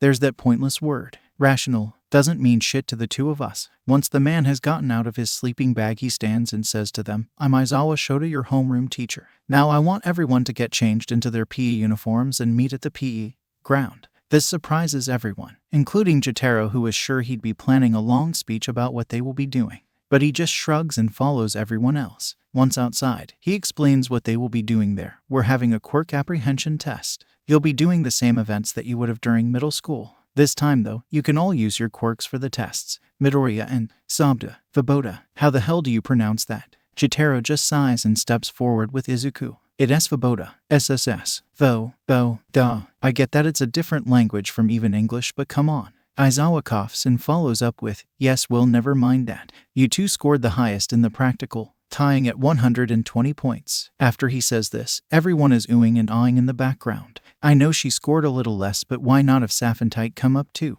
That is true. She scored 115 points, but that isn't why I called you here. I want you two to demonstrate with the softball throw. How far was yours in middle school SVO? You know what, Jotaro, how far was it? The large teen tilted his head to the side slightly before saying, Ooh yeah, we don't have those in the States. At least I've never taken these tests, but I'll still go first. I just have to stand in the circle and throw it with everything I've got right. Aizawa is just massaging his temples in annoyance at him, throwing him for a loop again. Yes, just don't leave the circle. Jotaro just gave him an okay and stepped up. While he is doing this, Aizawa uses his quirk on him but is stunned when Jotaro still throws with such force that it breaks the sound barrier. After a few seconds, the reading comes back a few seconds later with 1,524 meters. Still gotta hold back a little bit. Aizawa hears Jotaro mutter. This gets under his skin, but he'll wait a minute. All right, Midoriya, it's your turn. Oh, and make sure you show all of what you can do. Izuku starts to sweat a bit.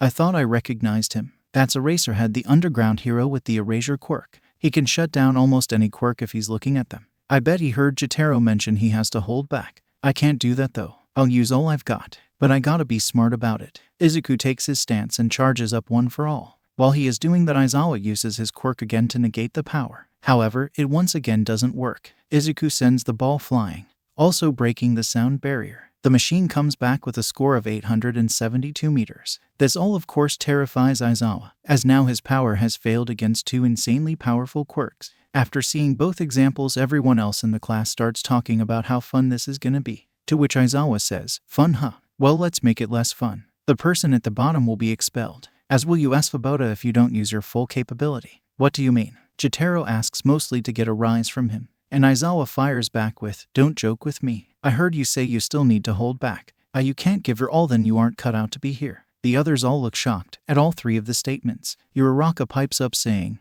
that's not fair. Natural disasters aren't fair. Insane villains who are out for blood aren't fair. Heroes face danger like that every day. It isn't rational to think you can do this job by holding back. That's where the motto of Plus Ultra comes from. You push beyond. Jotaro just smirks at him and leads off with, you ever think there's a reason a person has to hold back? And really, you're one to talk about rationality. I noticed your two freakouts when you couldn't cancel me or Izuku's powers. Aizawa grits when Jotaro calls him out for that. Meanwhile, Izuku is confused as to why his quirk wasn't cancelled out. He knows he got a quirk from All Might. Unless this is some of what Jotaro was talking about with being more like All Might. There might be more there than I thought. And what possible rational reason could you have for holding back? Well, I'm waiting. Jotaro just takes a deep breath, to which Safentite tells everyone to back up and brace themselves and blows Aizawa back with an exhale, and then pulls him towards him with an inhale. By the time Aizawa has wrapped his scarf around a tree to brace himself, he's even more terrified. Then he starts feeling the ground rumbling. He figures it's just a small earthquake, not uncommon in Japan, until he looks up and sees that the rumbling is in time with Jotaro's steps. He is literally stepping so hard he's leaving small craters and causing tremors throughout the area. Okay, I get it. Stop. Aizawa shouts as the windstorm stops and he's on the ground winded. Jotaro is still a ways away, but he feels his presence looming. That is the reason I have to hold back. Also, just FYI in case you are confused, I don't actually have a quirk. At this, everyone is stunned, Aizawa most of all. The top three of us at the exam don't. We aren't dehumanized by something as limiting and worthless as that. With that statement, everyone starts looking at Izuku and Safentite too, the latter of whom is facepalming and thinking, I should have known he'd do this. Izuku and I will have to deal with the fallout later. Izuku, on the other hand, is freaking out that he would say that, feeling assured that he would be bullied again, or at the very least ignored due to his insane power. Before everyone just starts freaking out too much, I just want to say sorry about how I phrased that.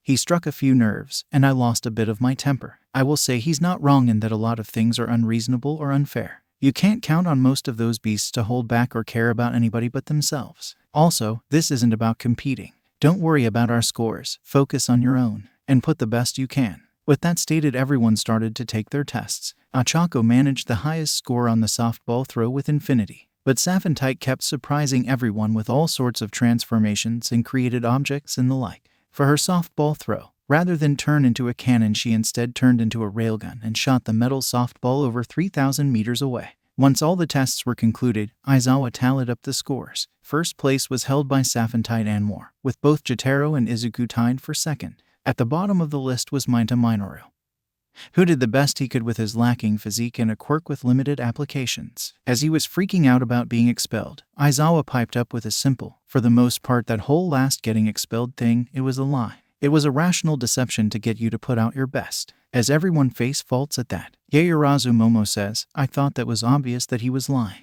Should I have said something? While everyone else is screaming in their heads that she should have, Jotaro is following with a different thought. He was only half lying. He's telling the truth that he lied to make them put out their best. But he wasn't lying about wanting me gone. Is that why you got pissed at him? Saphentite asks in his mind, though she already knows the full answer and doesn't disagree with why he was mad. Once all of that is done, the rest of the school day finishes up as if nothing happened. Though, Aizawa had to answer why there was a sudden windstorm and earthquake happening while he was giving his test. As things were winding down, a few of the others came forward to ask a few pointed questions. Ochako went first with, Izuku-kun, do you really not have a quirk? Izuku panicked a bit but calmed down and led with, I don't really know. I didn't have any powers until the day before taking the exam. Jotaro had found me over a year ago and told me I had more potential than even I believe. He started me on a training regimen and eventually something woke up. There's a bit of the backlash, you saw that with the 0-pointer, and today I did still hurt myself. But I seem to have some sort of minor healing ability too. Well, really, what about you, Jotaro-kun? Toru asked with a pep in her steps, with a few others looking on and questioning the same. Yeah man, how can you do that without a quirk? The blonde electricity user Kaminari Denki queried. At hearing that statement, Jotaro growls a bit before sighing and saying, do you honestly think quirks are the only thing that exists or matters? It's like literally the only thing most of you talk about. But to answer part of your question, no, I wasn't born with a quirk. An accident triggered my powers. Frankly, I think I've got a much better version compared to everyone else. I don't have a real recoil or limitation other than the ones I put on myself. Besides, what good is having powers if they just get in the way of your daily life? Or if they are the only thing that you use to define yourself? What's more, powers should only be active or activated if it's necessary, not just because you're born. While most everyone is looking down in resignation, Saphentite pops up with, did you bring everyone down so much? Toru, you asked me if the carpet I made was a magic one before, right? Well, that is exactly what it is. I'm not human so much as I'm a genie. Now before you all go asking for wishes, I can't grant them anymore. I'm a free, not bound genie. My powers are limited in a sense. Transforming isn't a problem as you've seen, but I can't create a lot of things. Other than that, I have a handful of spells to work with as well. Her cheery disposition and the way she goes about demonstrating gets everyone excited and a bit happier. Well really, Jennies are real. What is the craziest thing you can turn into? With that, class 1 ended out their first day. As all the students were leaving for the day, Ida, Ijiro, Ochako, and Minoru joined the 3 quirkless students on their walk home. I'll include an extra explaining my reasoning for the middle drama in another extra chapter, but that is the quirk apprehension. I tossed a bit more of my dislike for quirks in there, but you'll understand a few other things with Izuku's immunity later. Please review and follow if you like what I'm doing. Now we get to the battle trials. This is where you'll find who got removed to make space for Saphentite. Also, I know everybody usually goes with this happening the day after the tests, but I'm going with it happening a few days later. Not too many, just like 2 or 3. So now that that is out of the way, on with the show. After the first insane day class at UA, the next few were downright boring. They were just the regular high school classes the average student takes every day. You could just hear the slightly annoyed statements of so ordinary as they took Present Mike's English class. He was more than happy to call on Jotaro and Saphentite, given they both were fluent in English. Saphentite also seemed to match equal to Momo in terms of intelligence. Between that and the abilities both had shown, a small rivalry was growing between the 2 girls. That aside, Jotaro and Izuku were also enjoying a bit of the mundane classes. It was a bit of an improvement compared to the emotional roller coaster from a few days ago. Today, however, would be a change to that pattern. as today was the day for their first hero class. Suddenly Jotaro jerked up from his leaning position and then had a disgruntled look on his face. Izuku was confused at his actions until he heard it. The booming laugh of All Might, followed with the shout of, "I am coming through the door like a hero." Well, that explains it. Izuku thought as All Might took the attention of the whole class. Well, it really is All Might. He really is a teacher this year. That's his Silver Age costume. So cool. Once everyone had calmed down a bit, All Might started in, "Indeed, students, I am your new hero 101 teacher. Now then, one of the first parts of being a hero is..." He pushed a button, and a set of cases came down from the wall, looking the part. Inside these cases are the hero uniforms you have all submitted and will help you get into the spirit. Meet me at Ground B and we will get started. Once he was gone, they each took their cases and headed for the locker room. The only exception was Saphantite, who had stated to the costume companies, "I just make my own. So why do I need you assholes to tell me what looks good or how I need to dress?" And she gets after Jotaro for having a smart mouth. Jotaro waited until most everyone had left to finish putting his on. He had some cargo black and gray pants on with black combat boots. For his top though, he did something he didn't want anyone else to see. He created an energy field around his chest and ionized the air, turning it into a skin-tight shirt with the Libra scales on his chest. After that he put on a gray trench coat and walked to meet everyone.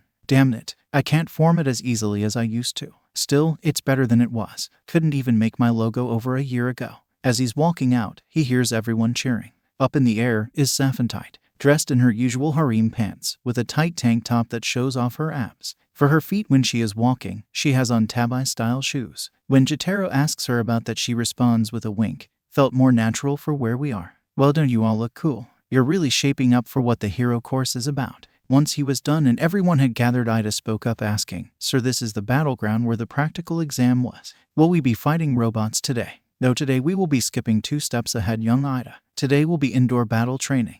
Most people do not realize that most criminal acts happen out of sight. Backroom meetings, drug deals, smuggling operations. For heroes now, we must take those matters into account as well. So, for today you will all be competing against one another as heroes or villains. Before the slew of questions would start, they were all interrupted by "Hey." Everyone flinched at that, then looked to Jotaro. Momo was the first to ask, "Why did you shout, Jotaro-kun?" "Oh, I was just stopping you all before you bombarded All Might with questions. If you'd all wait a few seconds, you'd have noticed that he wasn't done explaining." At this, a bunch who were about to ask questions flinched again and turned back to All Might. While he still had his trademark smile, he seemed to be chuckling and said, "Indeed. Thank you for the attempt, but you also distracted from the class as well." At this, Jotaro made an irk sound and just nodded his head. "Anyway, as young Jotaro said, I do have an outline for your battle trials." And to follow that up, he pulls out a script. While both Jotaro and Saphantite have their eyebrows raised at that, All Might explains the details. The scenario is this: villains have a nuclear weapon hidden somewhere in the building. The hero's job is to either find the weapon and secure it or capture both members of the villain team within the time limit of 15 minutes. On the other hand, the duty of the villain team is to prevent their weapon from being captured, which in this case all the heroes have to do is touch the weapon, or capture the heroes, or allow time to run out. Seems very American, is the thought on most of the class's mind after the description of the scenario. To the two from the West, they just thought, which action movie did he rip that scenario from? With All Might having finished his lesson, scenario continues with saying, "Now to divide up the teams, we will all be choosing lots. Each person will come up to the box and draw a letter denoting your team." Ida pipes up with a statement about if that is really the best way to decide, but Izuku corrects him with, "It's not like most heroes always have a choice of who they work with. For most pro heroes, they often have to team up on the spur of the moment." "Ah, yes, you make an exceptionally good point. Excuse my rudeness." All Might brushes this off and tells everyone to come up and pick their lots. With that done, the teams are as follows. Team A, Izuku Midoriya and Tsuyu Asui. Team B, Shoto Todoroki and Mizo Shoji. Team C, Saphantite Anwar and Minoru Mainta. Team D, Tenya Ida and Kirishima Ijiro. Team E, Yuga Aoyama and Mina Ashido. Team F, Rikido Sato and Momoye Arazu. Team G, Denki Kaminari and Kyoka Jiro. Team H, Fumikage Takoyami and Koji Koda. Team I, Mashiro Ajiro and Toru Hagakure. Team J, Jotaro Svoboda and Ochako Uraraka. With the teams chosen, all that was left to do was decide who would be fighting who, and who would be the heroes or the villains. The first group up was Team A versus Team D, with the former being the heroes and the latter being the villains. With that decided, the teams split up to prepare and plan for their inevitable encounters. For Team D, Ida was inspecting the dummy weapon the two of them were supposed to be guarding. Paper mesh. That'll make it easy to move it around for when the heroes show up. Yeah, so your quirk is those engines in your legs, right? Mine is a hardening quirk. I can make my skin as dense and strong as stone. Ijiro said to get a feel for his partner. Indeed, I can increase my running speed greatly and magnify the power of my kicks due to these engines. Of course, our enemies are a bit of a conundrum. Ijiro tilts his head in confusion at the way Ida phrased that. After a second, he smacks his fist on top of his palm saying, "Oh, you mean you can't figure out Midoriya or Asui are gonna fight, right?" Ida flinches a bit at the dumbing down of what he said but agrees. Midoriya seems to have some sort of super strength, but he also has that healing factor. Even if you could hurt him, he might be able to heal right up. Asui, on the other hand, is a bit of a wild card. From what I saw, she seems to move around like a frog. Yeah, she seemed like a mutant type. The thing that I keep thinking of is what Midoriya said about Jotaro training him. Even through his helmet you can tell Ida has a funny look on his face. Ijiro explains that we both know how crazy strong they are, but Midoriya seems different to Jotaro. While Jotaro seems pretty patient, he's got a temper and looks pretty quick to strike. Midoriya, on the other hand, seems like the type to think things through and plan everything out. I noticed after class he had a notebook that seemed like it had some details on each of us. Ida contemplates what Ijiro just explained and mulls over a few scenarios before discussing them with Ijiro. While they have been discussing how to fight Team A, they in turn have been discussing how to find and capture the weapon. So Midoriya-chan, any thoughts on how to deal with those two? I saw the notebook you were writing in yesterday. It was about each of us and what we can do right. Oh, yeah, it is. And I do have a few ideas, but maybe we should compare on what we can do first. Suyu puts her finger to her chin and thinks it over a bit. Good point. Well, as you may have noticed, my quirk is called Frog. I can do anything a frog can do. I can even stick to walls for a while. Izuku had his notebook in one of the pouches on his belt and began writing things down. He started going over a few things in his head before Tsuyu said, "So what exactly is your power if it isn't a quirk, Midoriya-chan?" This snaps him out of his mental rambling. So, he tells her, "I don't know everything, but my body seems to store the kinetic energy I either create myself or is exerted on my body. I haven't figured out how it all works yet, but it seems to fuel my healing factor, let alone the boost to my strength. I think the recoil breaks that happen are due to my accidentally gaining more energy than I can handle at once. At least that is how we chose to describe it, and it isn't entirely wrong.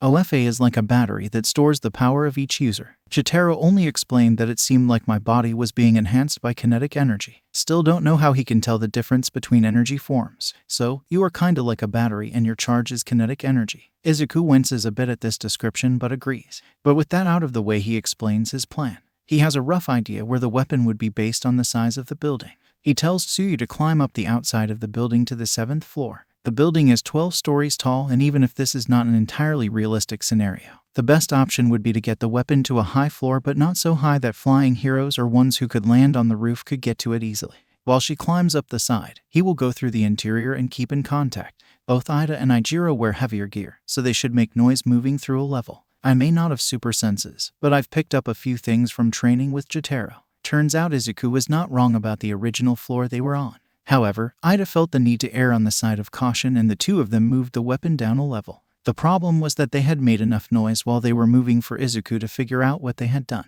He told Tsuyu to check the 6th floor windows and see which room they had moved the weapon to. He still ended up in a fight with Ijiro though. Even though he was trying to be as quiet as could be, there is no accounting for a can that just happens to be by your feet. Ijiro got the first hit with a shoulder tackle to the stomach. He thought he had Izuku down, but as he was getting up to start attacking, Izuku punched him in the chin. This threw him off long enough for Izuku to get in his stance. While they were squaring up, Tsuyu had found the room with the weapon, and she told Izuku discreetly. He said, "Right, let's do this," but this was so Ijiro wouldn't catch on right way. And when Izuku said that, "Ijiro, you got good spirit there, man, but it won't help you here," the two traded a few blows before Izuku broke away toward where the weapon was located. As he heard Ijiro warn Ida, he stopped right next to the door where the weapon was housed. Ijiro saw it as a chance to rush him, but it was all a feint. Izuku caught and, using a bit of OFA, threw Ijiro through the door right at Ida. While surprised by this, Ida reacted quickly and rushed Izuku as well. But underneath his respirator, Izuku grinned. He dodged Ida's attack and said, "Go for it, Asui." Out of a corner of the room, Asui rapidly hopped to the weapon, securing it.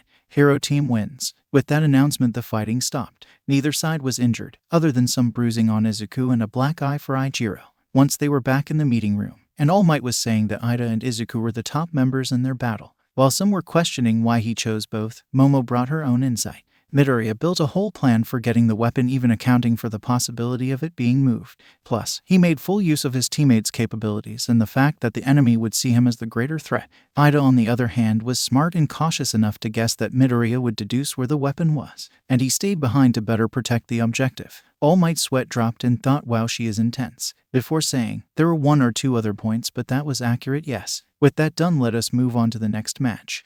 The next match is Team C versus Team E, with Team C being the villains and E the heroes. Saphantite starts by welding up one of the doors with her finger. While she is doing that, Minta is unfortunately being Minta. When she blasts him back with a spell, she tells him, are you actually gonna do anything, or are you just here to stare at my ass? After shaking off the effects of the blast, he says, fair enough. Besides, I don't want to take another hit. The problem is that my pop-off balls are easy to spot. It's not like you can just camouflage them right. Plus, the 2 we are up against have a lot of offensive power. Saphantite thinks it over for a bit, then snaps her fingers. What if we make it the obvious trap that fools them? Minta thinks over what she said and asks, can you make like a net that blends with the ceiling? With a wave, she makes a simple one that should catch them. With that, Minta starts throwing his pop-off quirk down one hallway. Even with Ashido's acid, it would still take a while to get through them all. And Aoyama can't fire that laser fast enough to get rid of them all. Hopefully anyway. Oh, this is starting to hurt. Maybe I need to work on strengthening my scalp later. As the pair thought, their opponents didn't want to go down the ball-covered hallway, so they went down the opposite side.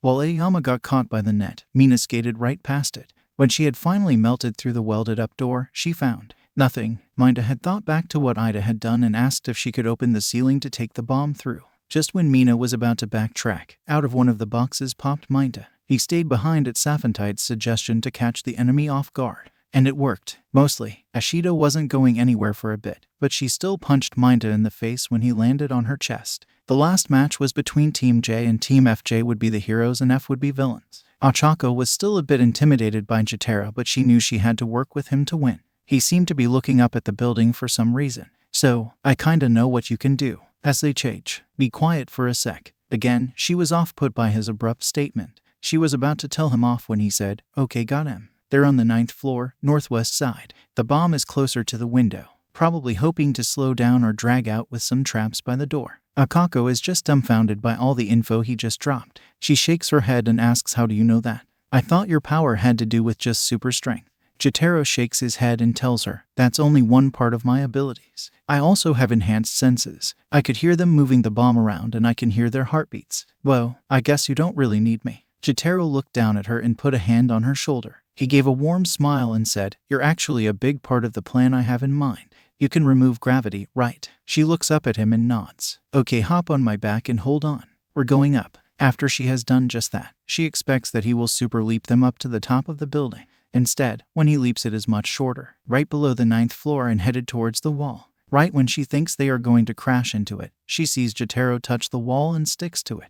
You might want to remove your own gravity for now. I'll walk us to just below their window. She nods rapidly and uses her quirk on herself, but she also starts to feel nauseous from it. Hold still, Jotaro says as he pokes a nerve point behind her ear. It isn't a full fix, but it does alleviate some of the trouble. After he has walked the 2 of them to just under the window, he explains the rest of the plan. Okay, this will be where I really need your help. I know you can just float for a while, but get ready. I want you to remove my gravity. Then wait just above the window. I'm going to push myself to the other building and jump hard enough I crash through the window. Hopefully, I'll be able to catch them both off guard and knock them out of the room. Once I'm done, you should be able to move in no problem and get the weapon. Ochako is a little surprised he came up with all of this on the spot, but nonetheless agrees. When Jotaro is on the other building, she can see him crouching so he can launch himself. When he does, the result is almost exactly as he predicted. Momo is the first one he grabs. He also ends up dragging most of the traps she had laid to slow him down with them. Sato, who had come in after hearing the commotion, gets caught in the mess as well, though it's a bit awkward for Momo, mainly due to the fact that she is now sandwiched between both of the larger men, and they are all wrapped in some of the nets she was going to use. While this is happening, Ochako floats in and grabs the weapon. Team J wins. Now we just need to get them out of that mess. When they all arrive back at the meeting chamber, the question of who the MVP was gets overridden by everyone asking how Jotaro did all of that with the wall walking.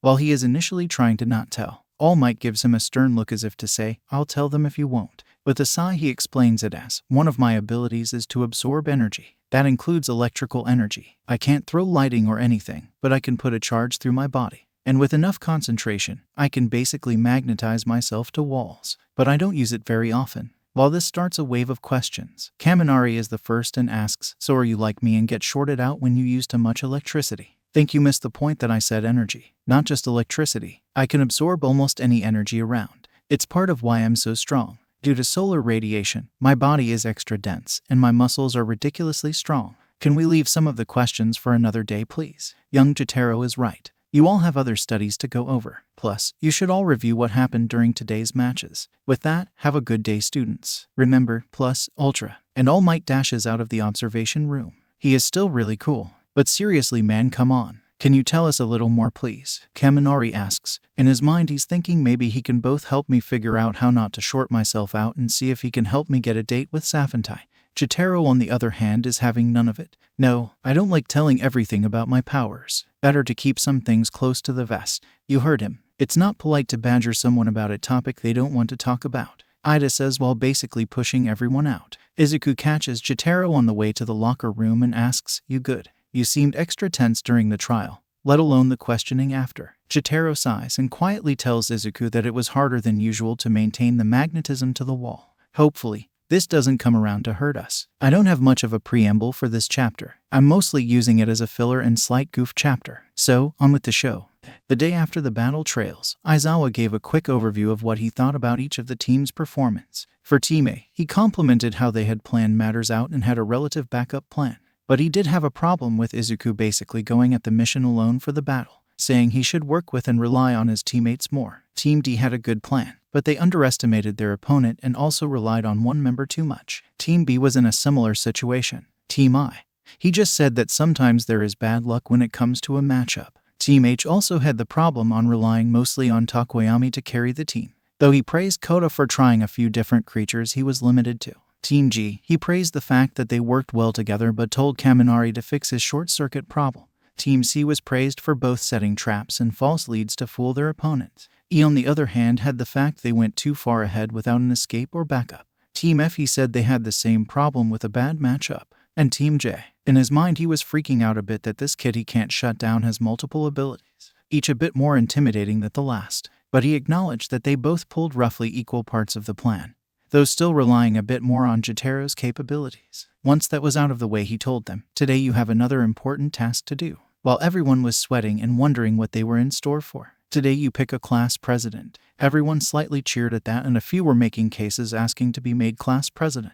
Jotaro and Safantai, however, were both just nonplussed at the matter. "How is this an important matter? Then again, I went to a public school. We never really had these kinds of elections." Jotaro mulled over in his mind. As this was happening, Ida shouted above the others, "We should cast votes for who we think would be the best pick." "What voting? But we've only known each other for about a day. Everybody will just vote for themselves." A myriad of voices ring out with those types of statements, to which Ida states, "And that is why it is a good system. The person who gets the most votes will be the one everyone thinks can do the job." "Is that all right, Aizawa-sensei?" And Aizawa is just getting back into his sleeping bag. "I don't care just so long as you pick someone." Safantai just thinks, how is this guy an educator again? But while she is doing that, Ida passes out slips of paper to write down their votes. Once the ballots are cast, Izuku sits at the head with 3 votes, while Momo and Ida tie with 2 votes each. While it is unanimous on who the president is, the vice president matter is different. Just as Ida is about to suggest that they re-vote for the 2 of them, Jotaro says, "Why don't you both just take the VP spot?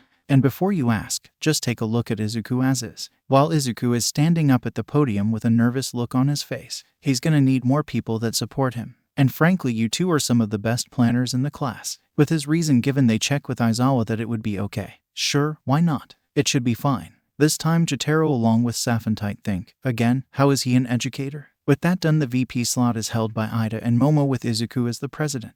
As everyone is getting ready to leave, Aizawa stops Jotaro. "Can you come to Gym Gamma? There's someone there who wants to meet you." Jotaro is a bit surprised by this, decides to go along.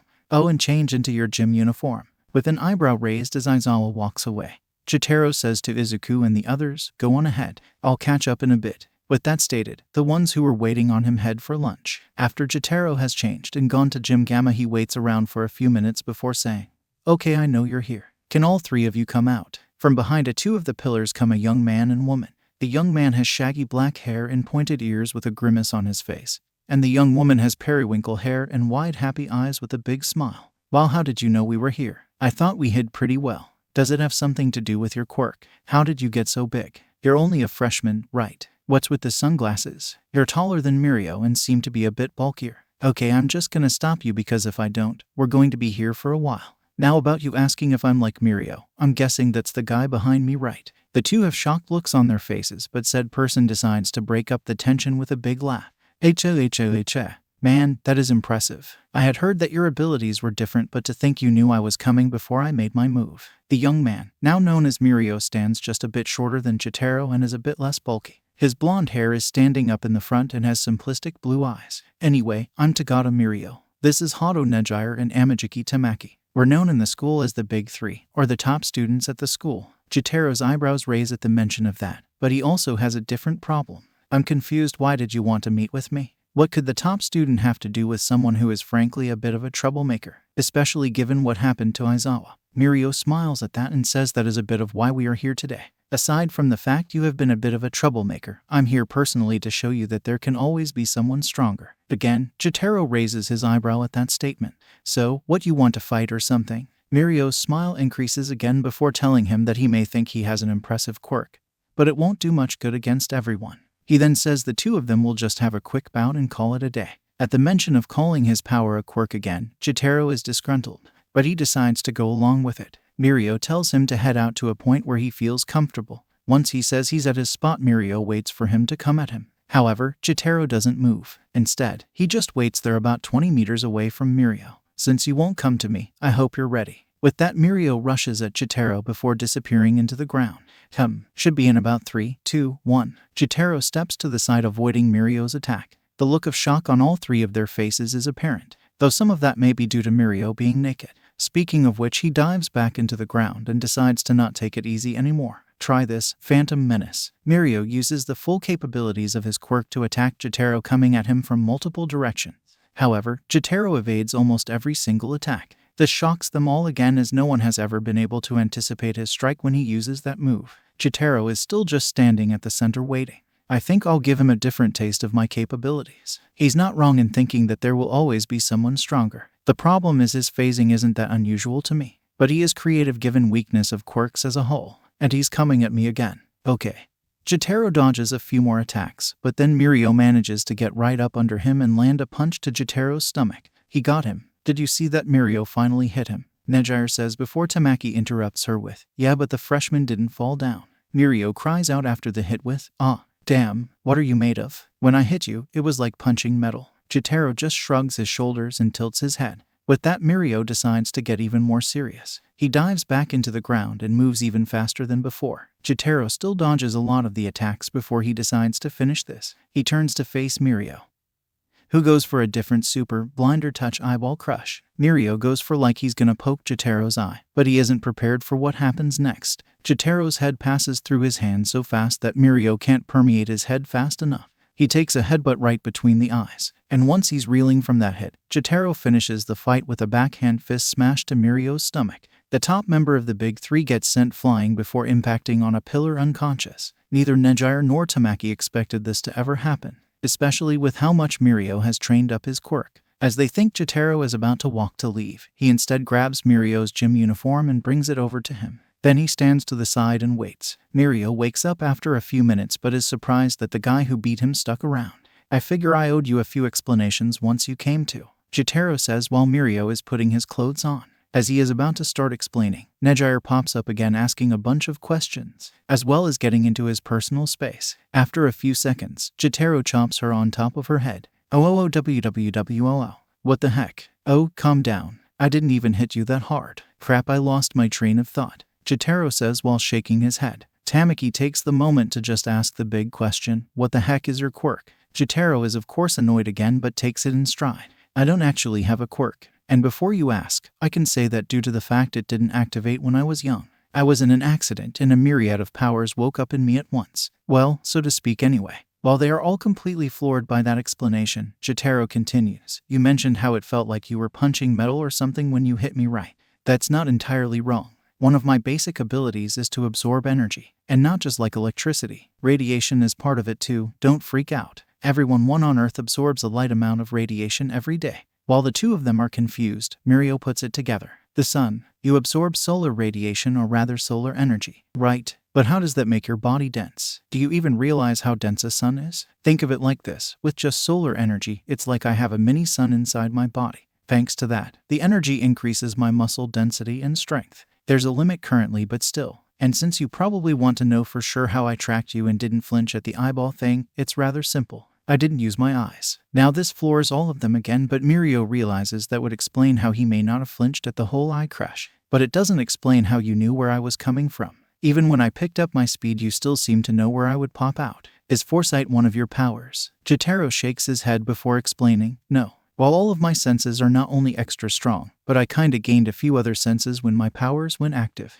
A simple one is the ability to emit a radar-like pulse, so I have a type of clairvoyance around me. But that wasn't how I tracked you underground. I may know how GPR works, but that takes a lot of concentration, and isn't good for the middle of a fight. They all seem to contemplate the application of all of his capabilities, from just tracking a villain to a search and or rescue mission. He really did have a lot of applications for just that power alone. Know how I tracked you was due to an interesting ability of mine. I can sense energy, not just absorb or use it. When you active your power, you let off a light energy wavelength. I'm good enough at memorizing that I can remember an energy field after sensing it once, and I can track its general location and direction. At this, Mirio's eyes widen more than the other members of the Big Three. He never really questioned the fact he could move through objects. That was just how his quirk worked. But this freshman had just told him a bigger part of his power that no one else ever could. It's no wonder you were as confident as you were in fighting me. You probably noticed how I came into the room earlier and remembered my energy state. Plus, if you didn't worry about looking and instead could just sense that I was making parts of myself permeable, you wouldn't worry about me going for your eyes. Jotaro coughs a bit at this but agrees. Nejier is still confused on parts of this freshman's mentality though and asks, man, that is all kinds of incredible. But why did you stick around?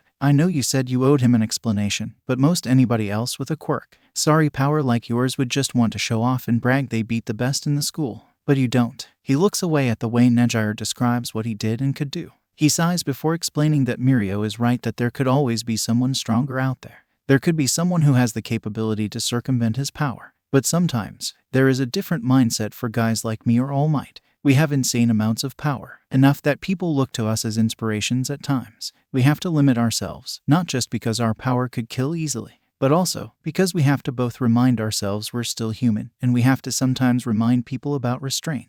This little speech awes Nejier and impresses Mirio. Tamaki is just facing away from everyone. Before they can keep talking, they hear alarms ring out. It's the intruder alarm. We gotta evacuate. The Big Three turn to leave, but Jotaro is just standing there. What are you waiting for? We're fine. It's just the press right now. I can hear their annoying chatter. After hearing that, Big Three calm down. He sniffs the air a bit before thinking about something worrying.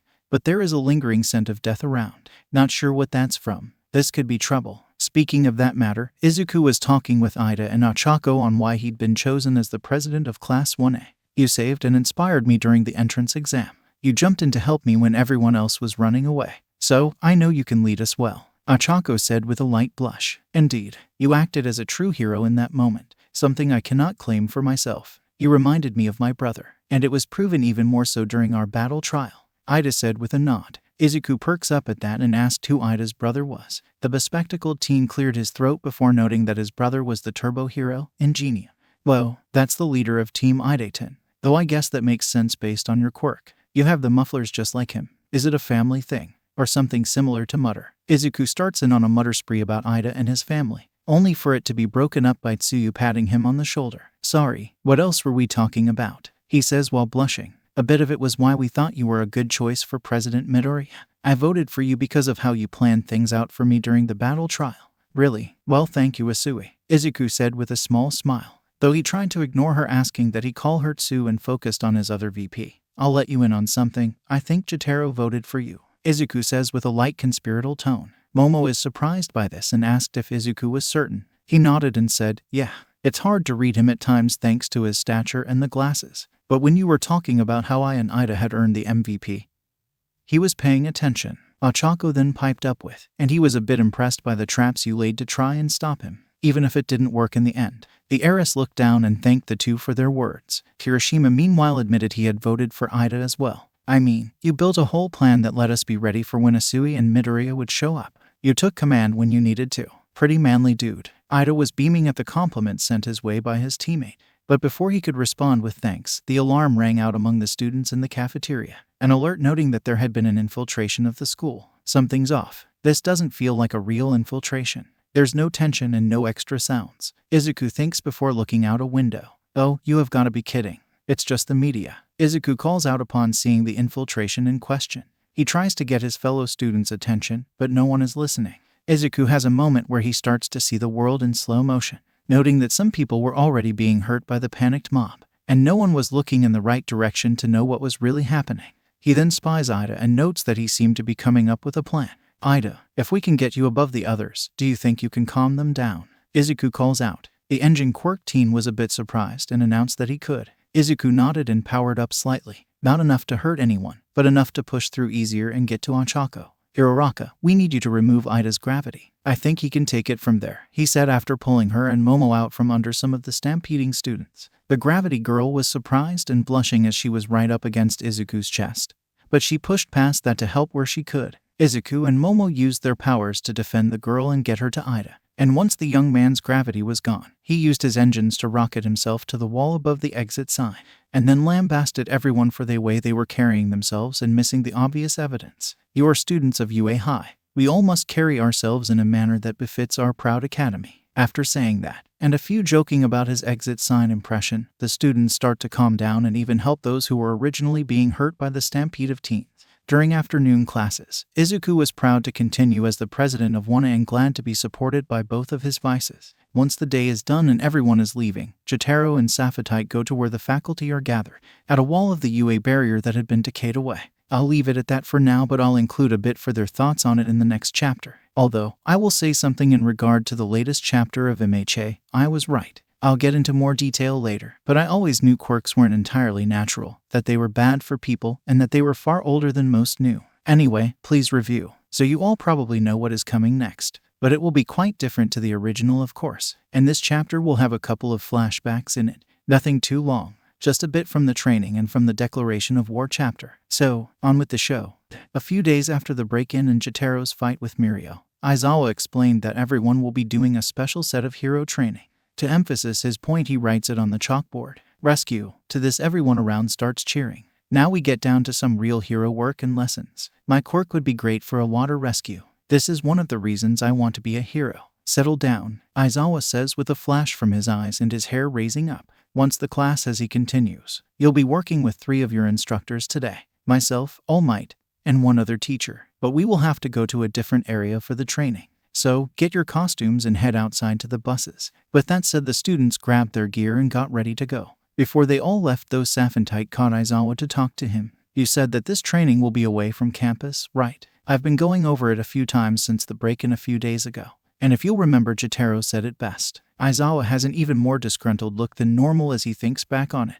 Jotaro and Sapphire walk up to where the teachers and the principal are gathered. A large chunk of the wall has been destroyed. What are the 2 of you doing here? Aizawa says a bit accusingly. Hey, I had nothing to do with this. Remember, you had me go and fight the supposed top guy at this school. Wait, what do you mean supposed to? Didn't Mirio beat you? Jotaro grunts angrily before saying, I'm pretty sure that isn't important right now, and he'll tell you later. A strange mouse-like being coughs to stop the argument before it escalates. Then he asks the actual question of the 2's intentions. I take it you have more of an idea of who was behind this, yes? Oh, and before you ask, I am your principal. My name is Nezu. The 2 students look at each other before Jotaro speaks up. Not exactly, but something I noticed just before the alarms went off was that there seemed to be, I've got no other word for it, the smell of death in the air. I just thought it might be something further away. But after this, I'll bet it was the same one who did this. Most of the teachers are wide-eyed by this statement.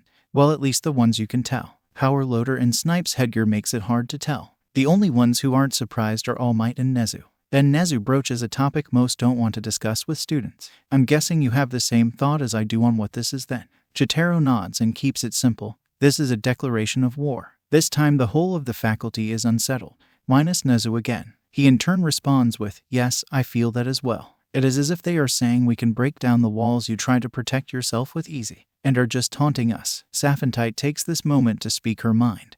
This isn't just about breaking a wall. It was done stealthily. This was to create an opening for press, yes. But if they had smashed or crushed the wall, it would have alerted everyone. Whoever did this was after something else. I agree, young Sapphire. But I don't think we have to worry too much yet. And besides, I am here. I'll stand ready with the others. All Might says as a way to prepare and inspire. And with that, the faculty decide to leave it for now. Right, that whole matter. You think whoever did that is going to make a move now? Aizawa questions. She breathes deep before letting out a sigh. The look on her face says, I'm not entirely sure, but I wouldn't be surprised. That is enough for Aizawa to think this all could be much worse than they think. Before they leave, he talks to Present Mike and asks him to call to check in on his class about 30 minutes after they leave. What for, man? Call it a hunch. I may not like that American student of mine, but I don't think he's wrong. Besides, you've heard too about how he beat Mirio but stuck around out of respect. He and Anwar seem almost too good at most of the hero stuff we have to practically beat into the students. After chuckling a bit at Aizawa's joke, Mike agrees and tells him if they don't respond he'll bring the rest of the faculty.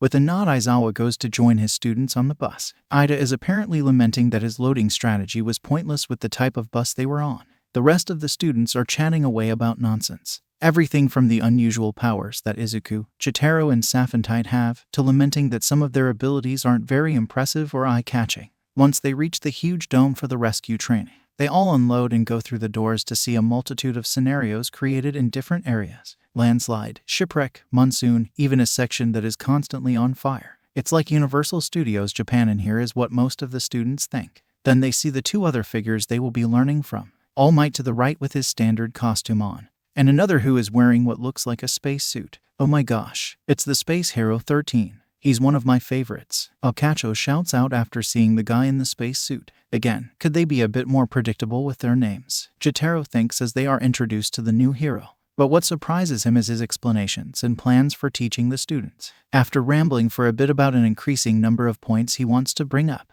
but once he focuses, he gets down to the point he really wants to bring up, how their quirked world has changed what is safe or why regulations exist. At the mention that her power black hole could easily kill, she also speaks out to Jotaro as well. She mentions that the young man understands well the need for restraint, and that if nothing else the rest should look to him and All Might on knowing that sometimes you have to be careful on what you can do. Well, I guess that does explain why they have to give people jobs to where they can use their quirks. For some like him, without proper training it would lead to insane consequences. Jotaro thinks to himself. Still doesn't make them real heroes in most cases, right? Safentite communicates in his mind, smiling innocently as she does it.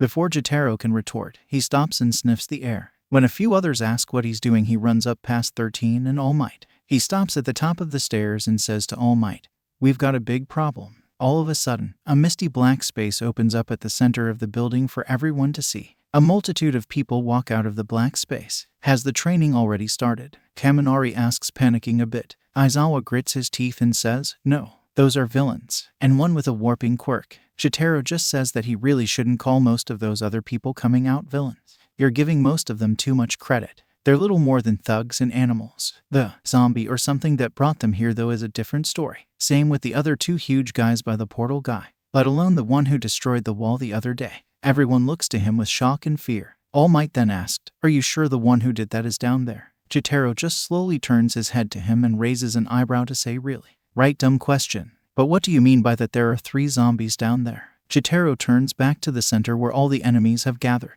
He sniffs a few more times before saying, "While one of them has a constant smell of death, it's more like it is from actually killing people. The 2 big guys in the middle, I'm betting they were just cadavers or something like that they made for some sick purpose. The portal guy too. He was dead but someone desecrated his body to make a possibly thinking weapon.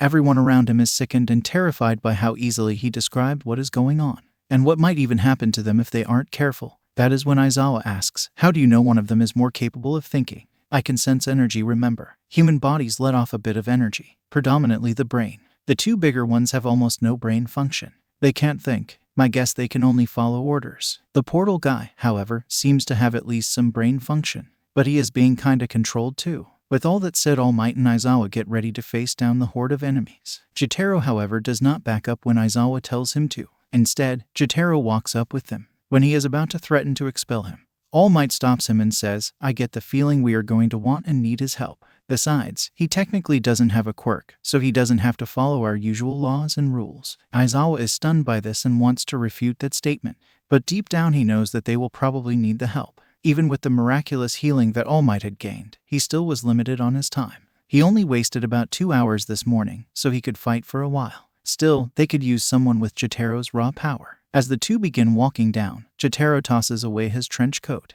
Everyone sees the more of the black with red and white accented shirt that Jotaro is wearing, including the scales on his back and chest. With that done and All Might cracking his knuckles, he just asks, "You ready for this, John?" To which Jotaro smirks and says, "What do you think, Toshi?" Both finish this exchange with a chuckle and leave Aizawa feeling a little confused at what he had just heard. Then the two rush down as fast as they can. They both take out over 20 thugs in their first rush alone. Aizawa, having to go much slower, still manages to throw off a few of the ones that try to attack them from behind.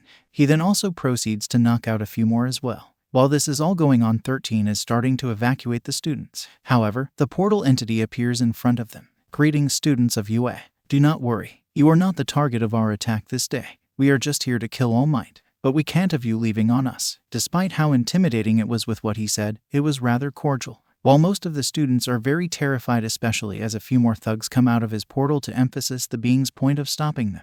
A few want to jump in, but 13 stops them, saying to only fight in self-defense. However, Izuku and Saphentite step ahead of all the others. Izuku takes a stance with his right foot behind his left and his right fist down at his hip, palm up. His left, however, is open-palmed in a blocking stance. Saphentite starts tapping her foot and humming a bit before bouncing back and forth lightly on the balls of her feet. "What are you two doing? You can't use your quirks to fight them." Izuku looks back and says, "We've been over this, but the top 3 of us don't have quirks, remember?" "Huh, you're quirkless. Man, UA really has fallen. I'll crush this waste of space myself." A large, imposing woman coats her hands in what looks like metal before trying to strike Izuku, to which he just blocks and deflects all of her strikes effortlessly. When the woman is getting flustered that someone she views as beneath her is making her look like a fool, she tries to up her intensity. But Izuku deflects one of her blows up before unleashing a OFA and his strange power-boosted attack to her stomach.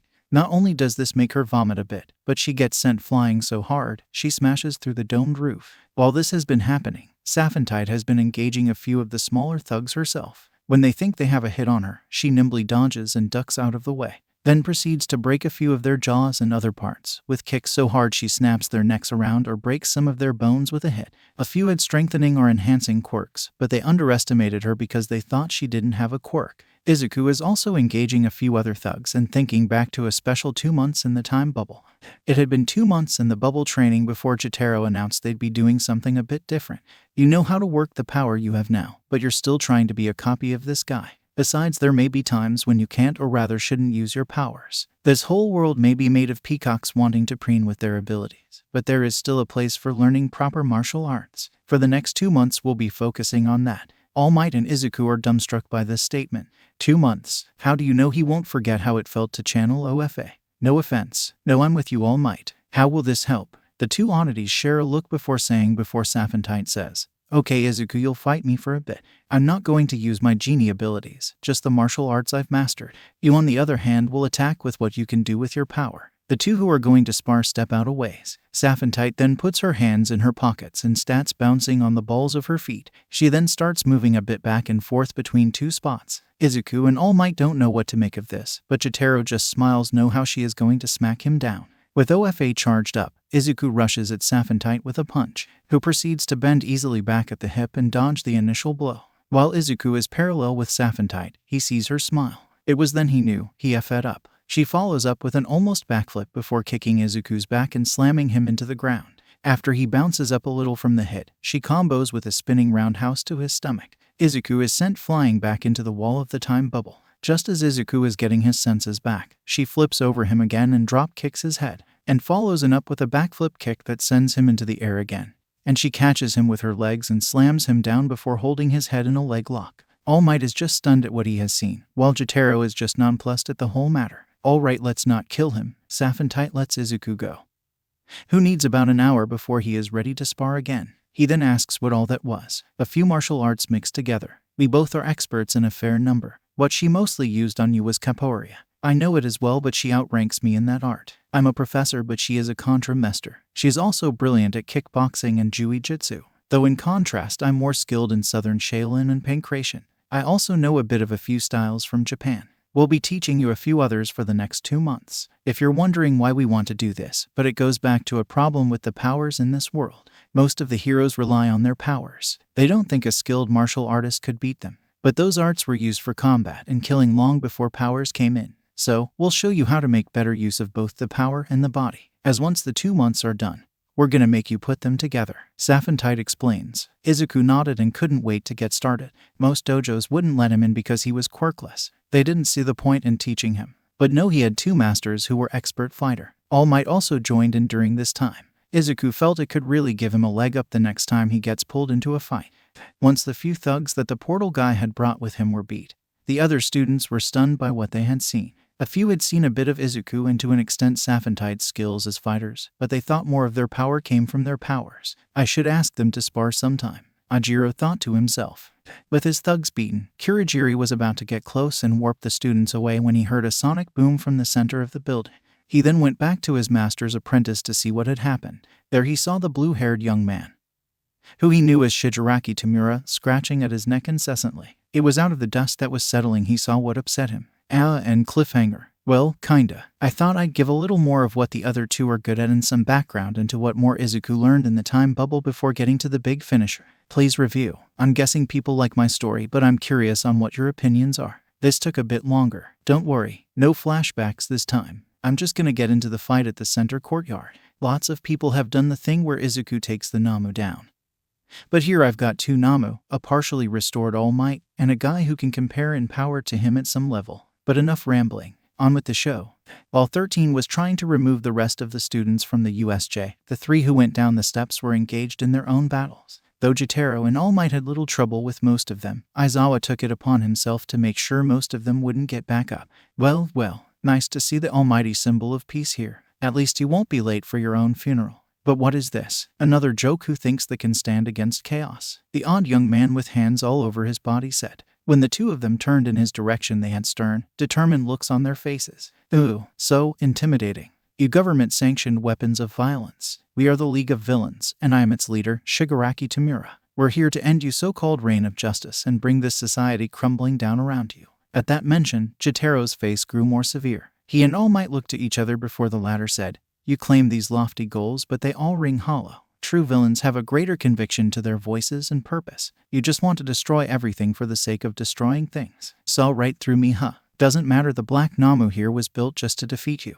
And he'll have a little help, if necessary, from the White Namu. Their quirks have been specifically set to fight you. All Might was about to rush all three when Jotaro stopped by saying that both beasts probably have similar abilities to counter how he fights. Shigaraki seems annoyed by this interloper and his plans to kill All Might. Who the hell are you and what makes you think you know anything? I know when I'm dealing with someone who just wants to burn everything down because he feels like everything is against him. So, he wants to break it all for the sake of breaking it. And Brett, don't think your little toys will help you. At hearing that, Shigaraki starts twitching a bit and scratching at his neck before screaming, Kill them. Kill them both. With that, both Namu rush forward. The black-skinned one engages All Might, who blocks before striking back with Detroit Smash, while the white-skinned Namu throws a punch at Jotaro. He doesn't block, but instead jumps up a bit. He then lands his hands on the arm of the Namu before swinging his legs around and kicking the beast across the face. Both creatures are sent reeling from their respective hits. The black one appears slightly winded, and the white one has a broken jaw. Well, I have to admit you both seem to hit pretty hard, but sorry. Black Namu has shock absorption, and white as well. He trails off before the Namu's jaw reattaches itself. Hyper regeneration, which in turn means you've got at least a regeneration power on the black one as well. And my guess, at least from that engagement, the white one also has density increasing ability too. Even with the hand on his face, you can tell Shigaraki is surprised by what Jotaro had said. When he asks how he knew, he simply replies with I didn't really, I was mostly guessing. But given that you wanted to kill All Might, it would be stupid to have weapons that aren't capable of countering his main ways of attacking. With those statements given in such a condescending way, Shigaraki starts scratching at his neck more. Then he screams for both of the Namu to kill them again. All Might and Jotaro look to each other and nod before rushing forth to engage their enemies again. They proceed to attack and block or dodge any strike the Nomas throw at them, with All Might shouting out his attacks like Oklahoma Smash or Michigan Smash or even the Carolina Smash to strike the Namu in a variety of ways. While Jotaro doesn't call out his attacks, he does mix in a lot of different strikes to see what works best. Everything from Tiger Palm strikes, to even at one point tackling it down and pummeling the beast Pancration style. It isn't as if the two don't take any hits, but they manage to shrug off any blows that connect with little worry. They even manage a joke bit and trick the two beasts into punching one another. Though both heroes were a bit bemused at the fact that after the first hit, the two attacked each other a few more times. Shigaraki eventually had to tell them to stop and re-engage the heroes. After fighting for a few minutes, All Might just says to Jotaro and Shigaraki, All right, enough with holding back. You two, Jotaro,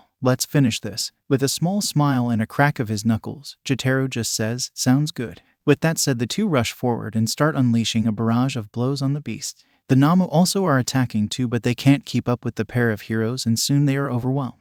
With a final blow, the two Namu are sent flying, the dust from the brawls swirling around in the aftermath. It was then that Kurogiri returned to the side of his master. Shigaraki had started scratching at his neck more before shouting, "They cheated. He isn't weaker at all." And the brat next to him was capable of keeping up. What the hell? It was then that Jotaro stepped forward to say, "No, you just think everything should go your way. So, it's no surprise you failed. Now I think we really need to finish this." All Might is about to tell Jotaro to incapacitate Kurogiri when Shigaraki rushes at him. Jotaro's face shows shock, but he pushes All Might back from the villain's strike. Instead, he touches the ground, and it begins to decay. When that is done, he looks at Jotaro and says, "You're just a damn DLC character that ruins everything. I'll kill you," and he rushes at him. Jotaro dodges most of the strikes, but when Kurogiri redirects one, he reacts on impulse. Jotaro dodges again, but he grabs Shigaraki's arm and proceeds to rip it off. Once it catches up to Shigaraki what happened, he starts screaming. Jotaro and the other heroes on the other hand are shocked by what he did. Jotaro looks down at the arm before throwing it away, a terrified look on his face. "Not again. Not again. I couldn't control it. I wasn't even sure his power would work on me. I just reacted in." Jotaro's mind is swimming at the fact he hurt someone by accident again. Kurogiri takes the moment that all the heroes are distracted to pull Shigaraki away, before warning that this will not only have repercussions but will give a greater reason for him to fight. With the fight between the Namu and heroes done, the latter seemingly stunned by what occurred, a few thugs that were left felt this was their chance to kill All Might and the kid who could fight on par with him. All of a sudden, a few gunshots rang out. The other heroes had arrived. It only took them, and All Might, a few minutes to take down the others who had been brought to the USJ. Once it was done and the police had arrived to take them into custody, did one of them ask what was with this bloody arm? Saphentite and Izuku say. Jotaro tense up before he said, "I have to go," and leapt off. The two of them nodded and Saphentite flew after him. The police, heroes, and the students wanted to know what happened. All Might decided it might be best to rip the band-aid off after a nod from Aizawa. "While we were fighting down there, young Jotaro and I engaged the pair of monsters they brought to try and kill me." "Wait, they thought they could kill you? That's impossible. You're the strongest ever." All Might shook his head before continuing. "It wouldn't have been impossible with what they had done to those bodies. They were insanely strong, let alone the fact they had multiple quirks. And yes, it is different from Jotaro and the others. The leader specifically called them quirks, not powers. But that wasn't the part that was hard." All Might looked down before continuing. "The leader has the ability to decay anything he touches, it seems. After young Jotaro pushed me away from a strike, the leader kept attacking him. He of course had no problem dodging, but when the warp villain redirected a strike, Jotaro reacted and well, he ripped the villain's arm clean off. This horrified almost everyone around them, but a few were able to rationalize or help the others see that it was an accident. Don't forget, Jotaro is the same age as us. He is extraordinarily capable, but he may still react in ways take time to temper." And Ida saying that, both Izuku and All Might shared a somewhat pained look. Aizawa broke the matter up by telling everyone to give their statements and head home. The principal also told them that they won't have to come to school tomorrow. Izuku wanted to help his friend, but he knew that Saphentite had to get through to him first. Meanwhile, in another part of the city, Shigaraki was screaming as his wound was cauterized by a doctor allied with the League. While that was going on, Kurogiri was giving his report to his true master. It was impressive, master. All Might didn't even seem tired, and we know he had used up some time due to our distractions with other villains in town. But it wasn't just All Might. That boy that fought with him was able to keep up with both All Might and the Nomus, the mysterious figure HanBaron from the other side of the television screen. And this is the one who maimed Tamura. Yes, master. Though to be honest, the only reason Master Tamura was able to get close was because of me. The hero student had little trouble dodging everything Tamura threw at him. The figure met again before telling Kurogiri to keep a close eye on Tamura for a time. He would ask a few others with connections in the underground to look into the boy. It is impressive how that boy figured out how the Nomus worked right away. He even knew that they were basically dead bodies, let alone the sheer power he has. I would love to get my hands on his quirk. Saphentite had been flying for a while and hadn't found Jotaro yet. He can be pretty stealthy when he wants to be, or when he feels he needs to stay away from everyone. But I haven't known him this long without knowing what he may do or where he may go, Saphentite says to herself. After an hour of searching, she decides to borrow something that All Might had mentioned to her. With that done and a base plan built, she heads towards Mount Fuji. She finds Jotaro buried in a snowbank near the top of the mountain. I thought so, she says as she floats down to him. I guess I shouldn't be too surprised. Whenever you get scared or panic about what you can do, you go to a cold, high place away from everyone. You heard about what I did, right? At Sapphitite's negative, Jotaro starts on a bit of rant. I ripped that guy's arm off. It wasn't even that hard. Sure, I've disabled certain villains before, but I've always tried to not leave them with lasting damage. This though, I thought I had. Jotaro stops for a bit, choking up the words he wants to say. Sapphitite just comes up to him, puts a hand on his shoulder, and slaps him once across the face. It doesn't hurt him much. In fact, it hurts her more than anything. But it snaps Jotaro a bit out of his spiral. She then hugs him before saying, I know. You've worked as hard as you could to contain all of the power you possess. You were always trying to avoid some battles so that no one would get hurt. While she is saying that, Jotaro starts to tear up a bit before hugging her back. But you can't blame yourself every time. Yeah, you have trained, but don't forget that you are in a body that sometimes acts more on instinct than anything. And those instincts have saved multiple lives, mine included. Even when you've hurt someone by accident, you still have tried to help or save them. At this, both of them tighten their grip on each other and Jotaro just cries. You can't control everything in this world. And let's be honest, I know you wouldn't want to, but you can still do a lot of good and save even more lives than you hurt. The justice for your actions will save and help more than you know, Sapphitite says while tearing up a bit too. The two of them just sit there on top of Mount Fuji for a while. Once both have calmed down, Jotaro is laying on his back while Sapphitite is laying with her head on his stomach. Thanks, I think that is the most scared I've been for quite a while. And as usual, you're the one who can pull me back down or out. Sapphitite snorts at that before saying, you really do need to learn to be less dependent on me. Although I will admit it, I was tempted to let Izuku try to help you. It is the entire reason he wants to be a hero. Saving people. You're right. And honestly, it wouldn't hurt for me to let more people in. We should probably get down from here. To which Sapphitite just says, oh, do I have to give up my warm pillow? With eyebrow raised, Jotaro just gives her a look that says, yes you do. So, with a sigh, Sapphitite sits up and brushes herself off before standing. Jotaro follows suit and is about to ask what she wants to do next. Well, we can follow up with that matter from a few weeks ago. At that statement, Jotaro gives her a puzzled look before Sapphitite pulls a file from behind her back. I think I've got us a lead on the little girl you heard screaming when we were in a different prefecture. At this, Jotaro turns around and asks her where and who it was involved. An old friend of Toshinori's has been looking into a group near there. The Shy Hisaki. It's apparently a Yakuza group that's been making a fuss lately. She hands him the file and he gets what info he can from it. While he is doing this, she goes on to explain that the current head has recruiting various cannon fodder and trying to market something that gets rid of quirks, as well as a drug to amplify them. With what she has said and with the capabilities of the two of them, Jotaro comes to a single conclusion: we can't do this alone. Or rather, this will take more than just me breaking down doors. I'm guessing you've got a bit more of a plan than I do. Sapphitite nods before saying, yeah, with both of our limited capabilities, we can't get the job done. Beating them would be no problem, but they'd get the girl away before we could blast or punch through them all. Jotaro snorts before saying, punching through them all wasn't my direct plan. Besides, I have an idea of someone who could help us and may not even be opposed to backing us up, at least once we talk to him. Sapphitite isn't sure what he means at first. Then she thinks back to a few dangerous news reports. You can't be serious. That guy is crazy. Even if we find him, which I don't doubt you can, why would he help us? Jotaro turns back to her before turning his head up to the moon and saying, because he believes in the idea of heroes. He's just stuck on the warped version that this world has made, let alone the fact that he's attacked villains as much as any hero. With that, the two make their plan to go to Hasu and catch their quarry tonight. They are going after the hero killer, Stain, another fake hero to be purged. Be glad that your death will lead society to a better tomorrow. With that said, Stain tries to bring his katana down on the sidekick of Ingenium, but his blade stops short of his victim's throat. He may not be a real hero, but this isn't the way to fix the issues. A large man with a hood had grabbed the blade of the katana and was moving it away from the hero.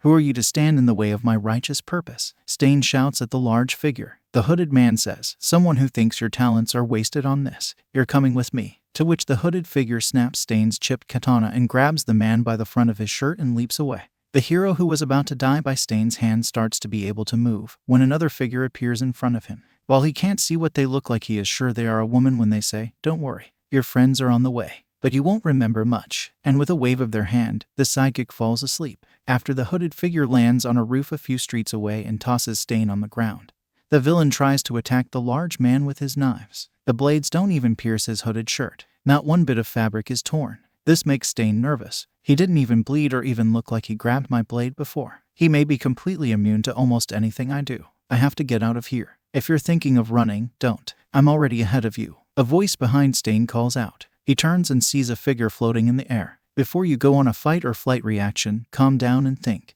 You got a rough idea of how powerful I am when I showed up. If I was out to kill you or turn you into the cops, I could have.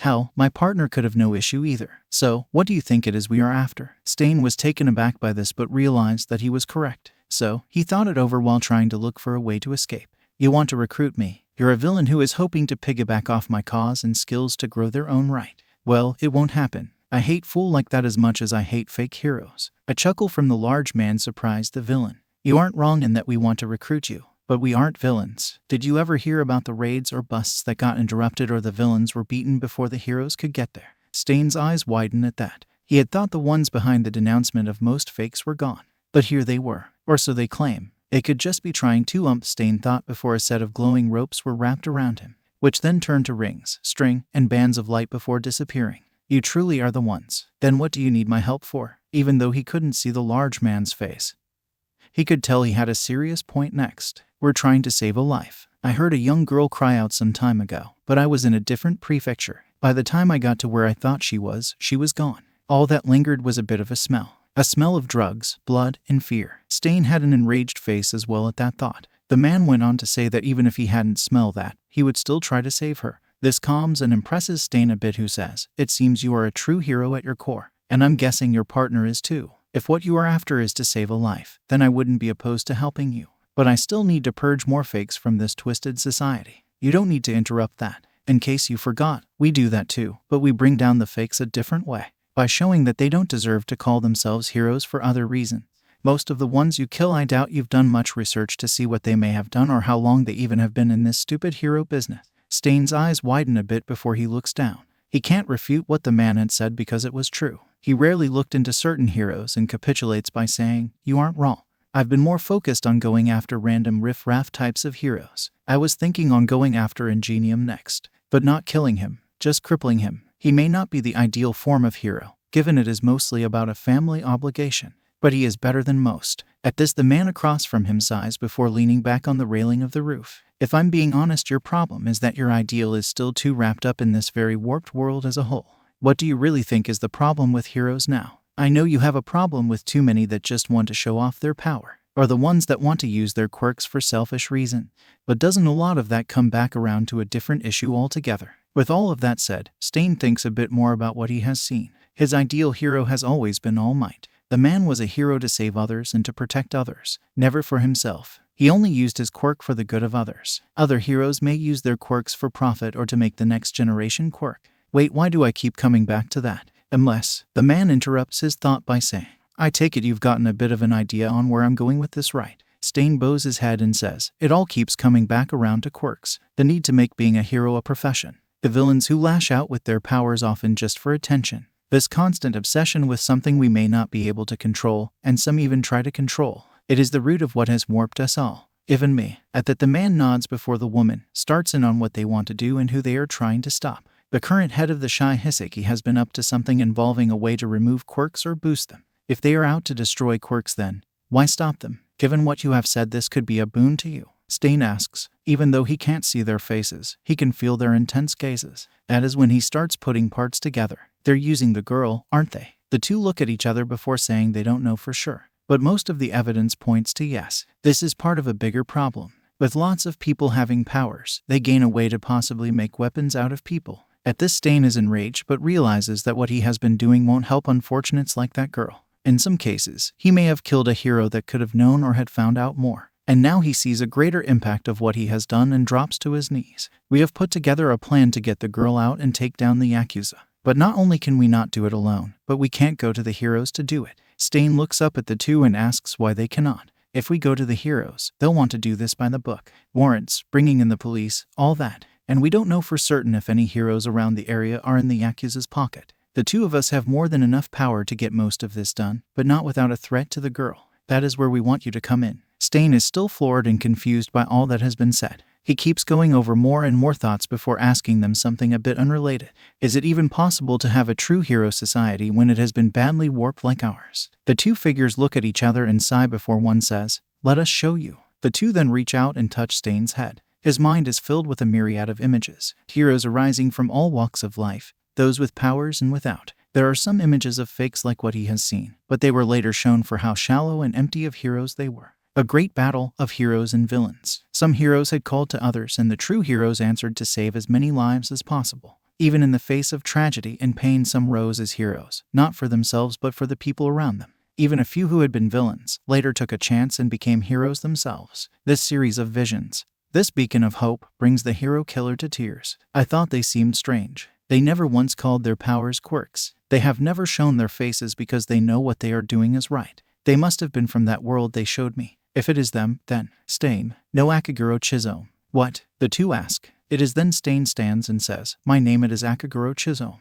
Those visions you showed, they aren't from this world, are they? Some of that devastation that I saw heroes rise from has never happened here. You're real heroes from somewhere else." The two, though still hidden, have surprised looks on their faces. I won't ask more, but if true heroes like you are here, then maybe you with the help of other true heroes can truly fix what has been warped about our society. The man bows his head a bit before saying, "To be honest, I've never really called myself or thought of myself as a hero. Before I had tried to do good with what I could do, I caused so much misery, even just by accident." Chizome bows his head again and smiles, saying, "And that is more of a reason that you are a hero." With Chizome having been convinced to aid them, asks what the plan is. The woman then goes over the basics. "I'm going in first, you see. I can slip in through the vents to find the girl. Once she is found, I'll leave a decoy behind and try to take her with me back through. That is where the two of you come in. Jay here can handle most of their heavy hitters no problem.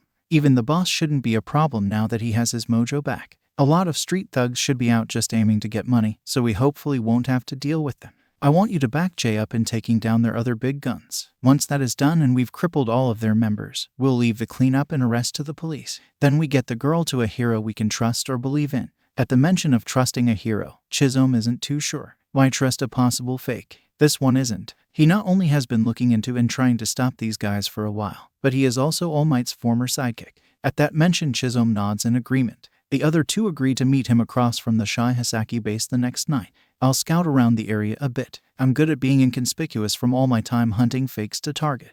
"Okay, don't go with your usual getup for this. It might draw more attention. Also, don't worry about a katana. We'll have you covered later." The large man called Jay says while Chizome takes off his mask and scarf. He thinks back to the one who made him first see why he failed and his own weakness about his convictions. In contrast, the two in front of him have had their convictions tested more than once but never faltered, though have stumbled from what they hoped to do. So yeah, this might seem like a crazy plan and way I'm basically removing two major arcs right now. But as I have said, I have a plan. And while you may think there is no way Stain would do this, don't forget that the guy is inspired by All Might. What he sees in him is what he feels every other hero lacks. Part of him isn't wrong too. It's a little of my problem with the whole hero society of MHA I have a problem with. I've said it before, but the fact that being called a hero to them as a job seems a bit wrong in a handful of ways. Let alone calling themselves heroes, when in many cases they honestly just seem like super cops or literally just people who are looking for a reason to use their powers, or in my usual statement can play with their little tricks in some cases.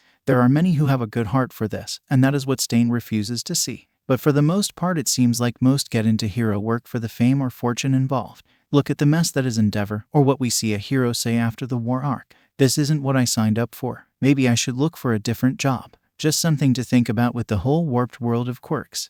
Chizome had been watching over the Shai Hisaki hideout for the day of the attack. He noticed that most of the ones going in and out were just random riffraff like the woman had said. He also considered that the point to having all of those types was to slow down the heroes and police. The biggest guns were probably inside. He had seen a few walk around the premise when he observed from a rooftop. One was a huge brute with some brass knuckle-like gear who appeared to be paired with a man in monk's clothing.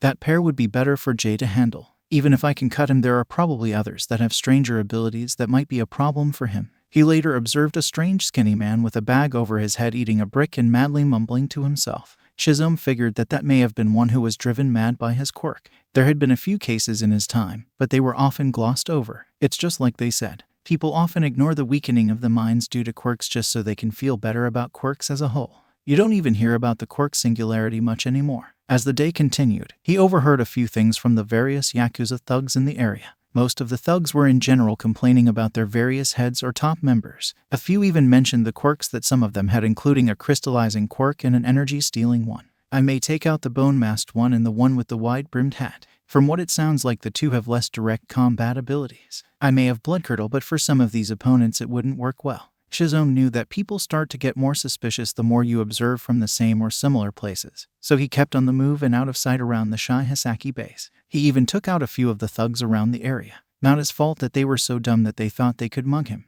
But with night approaching, he went elsewhere to get a variety of gear for himself. A biker helmet for his head, a few extra knives, and a black combat suit. It was just before nightfall when the two met up with him again. I scouted around the area and listened in on a few of the thugs they sent out. Most of said thugs are gone for the day, but the top members all apparently live here. 8 major fighters I'm guessing and a handful of officers. Only heard a little bit about them though. The number 2 has some kind of power to stop time or something. It's probably like my quirk, but he doesn't need blood for it. Shizome explained to the 2 who had just arrived. The woman nodded before saying, "That is roughly what the intel we had said as well. I'm still going in first, so we don't have to worry about the girl much once I'm in. Keeping them busy at the front will be you two's job." The 2 men nod, and then the large man Jay says to the woman, "We should give him the extra tools he needs for this fight." The woman, even with her face hidden, seems reluctant, but nods and claps her hands. From between her hands a pair of katanas appear. One blade had a white saya with a sakura-like tsuba, and a black and white Ito wrap and samgawa on the tsuka. The other had a black saya with an almost flame-like tsuba, and a purple and red Ito wrap and samgawa. Even without drawing them, Shizome could almost feel a difference between the two. The black blade seemed to radiate violence and bloodlust, not unlike himself only a day ago. The other was a more peaceful blade in some ways, still capable of taking a life, but not needlessly or brutally. "What are these?" he asks the 2 who hold the blades out to him. The white blade is the Muramasa, the true Muramasa, capable of cutting, but only what it feels is necessary. The black blade is the Masamune, who, if you know the legends, is a violently bloodthirsty blade. It will cut anything without discretion. At that second statement, Shizome is a bit unsure if he should take the latter. He mentions that he may get caught up in his old ways if he were to take up that blade. "I don't mind using the Muramasa, but the Masamune seems like too big of a risk. Why would you offer it to me?" he asks. Jay then nods before saying, "It is true that Masamune is a dangerous blade, but that just means it needs a strong warrior who is strong in their convictions and will to keep it in check. And I do feel that is you." Shizome's eyes widen at that statement, and he, albeit hesitantly, takes the Masamune. "And if you did lose yourself, I could just stop you if needed," the large man says with a chuckle. Shizome himself is laughing at what he said and agrees. "I think you two should take these back after we are done. There would be far too much temptation if I held on to these," Shizome says, knowing how he may easily slip back into his old ways. With a nod and the woman saying they had a job to do and a child to save, the 3 get ready for their mission. I'm still not sure about trusting Shizome, but at least I know John can handle him. But I can't worry about that now. Now I have to get to that little girl and get her out of here. Night, I only knew rumors about the drugs to amp and remove quirks, but I wouldn't put it past this guy who calls himself Overhaul. I've seen a few like him before. He is only interested in keeping his power for his own ego and his obsession with control. And if what John and I suspect is true, the little girl may be part of the plan. How long before we perfect the quirk erasing bullets? I hear a voice while I'm moving like smoke through the vents. One of the better perks of being a being made of smokeless fire. Another month or 2. If you could extract more of the blood from the little demon, we can play around with the formula a bit more. Not a problem. I'll just take her apart and put her back together a few more times. Extracting blood. Calling a child a demon even while you possibly torture them. That tears it. We are shutting these bastards down hard. You two heard that right. It is Shizome who responds with, "Yeah, we heard that." Jay is trying to calm himself down so he can't talk right now. "I know I said I was worried about slipping back into my stain madness, but I am tempted to unleash it upon all of these monsters." I give a quiet chuckle at that before agreeing with him. "I kind of want you to kill them all too, but they aren't the mission. The girl is, and now I have even more of a reason for trying to save her. Once those 2 are gone from the lab, I float in a copy as much information as I can. It'll be needed for the future case against these guys. With that done and a few of these files now set to both delete themselves once the Shihisaki have all been arrested and sentenced, I can move on to the main purpose. I find the sad little girl crying in a room that, while it may have things to make her comfortable, is her prison. "Hey there, I know you aren't okay, but don't worry, I'm here to save you," I say to keep her from crying out. I already took out any cameras in this place, so it should be fine. She looks at me with a terrified look before saying, "You can't be here. If they find you, Overhaul will kill you." She seems about ready to break into hysterics when I decide to do something that I doubt many have done to her before. I wrap her up in a hug. She of course is terrified at first before relaxing in my grasp. I stroke her hair a few times, which seems to calm her more. Before long she is almost asleep in my arms. I wish I could just let her sleep, but time is of the essence. I wake her up and tell her I'm here to get her out. She looks like she wants to protest, thinking that she and I can't escape. Don't worry, I have a plan and I have some incredibly powerful backup. Okay, you two, I've got her. I need about 5 minutes in the vents. Then you can go nuts. The two men on the other side give an affirmative and say they'll wait. With that done, I ask if she wants to fly. She looks at me confused before I float up a bit, taking her with me. She is wide-eyed at the whole experience, and before she can ask what is going on, I put my finger to my lips to say to be quiet and turn us both into smoke. We float through the vents, and after about 5 minutes I hear John make his big entrance. We still have a little way to go, but not too much. In fact, we are already outside when the building starts to remodel itself. Overhauls doing, no doubt. With that done, we get away to safety while the other two finish the job. Hopefully, John and Chisholm can fully end this poor girl's living nightmares. It's time, Jotaro says to Chisholm. With a nod from the hunchbacked man, Jotaro rushes at the front gate of the Shihisaki, destroying it. Once that is done, he engages a few of the random thugs that are still there, taking all of them down with little effort. When he steps into the building, he notices the man above him who is trying to attack him from above. He's above me. Do you see him? I see him. He won't stop justice this day, Chisholm says back with his mind to Jotaro. He doesn't know what this monster's quirk is, but he won't get the chance to use it. Chisholm rushes the man with a bronze-like mask and slashes him across the chest with mass immune. It may not kill him right away, but the man is going nowhere fast, especially when Chisholm uses his quirk to stop him. Damn it, what's going on? I can't move, both of them hear the man say. It is then that a few of the other members appear along with the boss, Overhaul. Disappointing that you were felled so easily, Chrono. But I guess whoever these sick heroes are, we're expecting you. No matter, I can see to it you won't stop my plans, the man says before placing his hand on the ground. With that, the whole building is reshaped and changes around all the people present. Once it is done, Chisholm is trapped with the bone-masked member, the member with a black beak mask and hat, and a tiny member. So then, care to share who you are and what you intend here? The man with the hat asks Chisholm. He may want to give a whole speech, but he can tell this is just a ploy to buy time. So, he rushes at the bone-masked villain, cutting him with a knife he threw before the rush. Whoa, Guas Hick, guess this guy is one to mess around or make Hick big speeches Hick. Chisholm is starting to feel dizzy but manages to kick the man with his spiked boots. That one must have a quirk that causes this. I only guessed at it given what I saw and heard earlier, but I'm glad I went after him first. From the little bit of blood that had been exposed from the knife wound and his kick, Chisholm managed to stop the villain.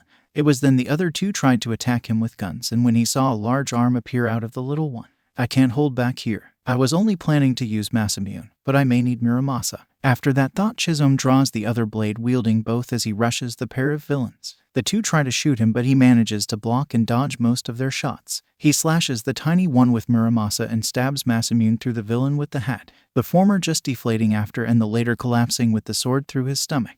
Glad that worked. You should be glad I'm only after one thing. Though, you animals don't get to know what that is, Chisholm says with contempt. While he is saying that though, Muramasa has been shaking a bit in his grip. What's going on? He questions both in general and to his sword. You fool. Mimic jumped into your sword as you cut his doll form. Now he'll take the blade and finish you, the man with the hat said smugly. Chisholm, however, wasn't worried. It's not like that would do him any good. Muramasa will deal with him. The villain was confused by this statement. Is he talking about himself? Or the other person? He can't be talking about the sword. It's just a hunk of metal, sharp but not alive. Whatever. This will be done soon. Soon enough, the villain known as Mimic reappears. However, he is in no position to be attacking. LHHH. What the hell is that sword? It's like there's something alive in it. But how is that possible? The large and rather buff villain screams. Of course, the other two villains are confused, and then they see that Mimic is missing both an arm and a leg, along with multiple cuts across his body. For being Yakuza, you're all not much for the histories and legends of your homeland.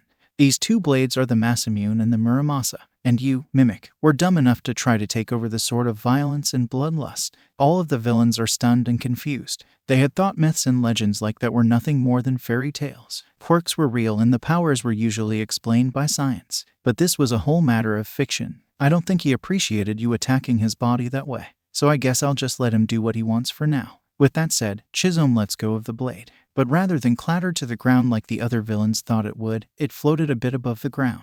I know Jay asked me to hold back a bit, but and hopefully he won't begrudge Muramasa a bit of payback.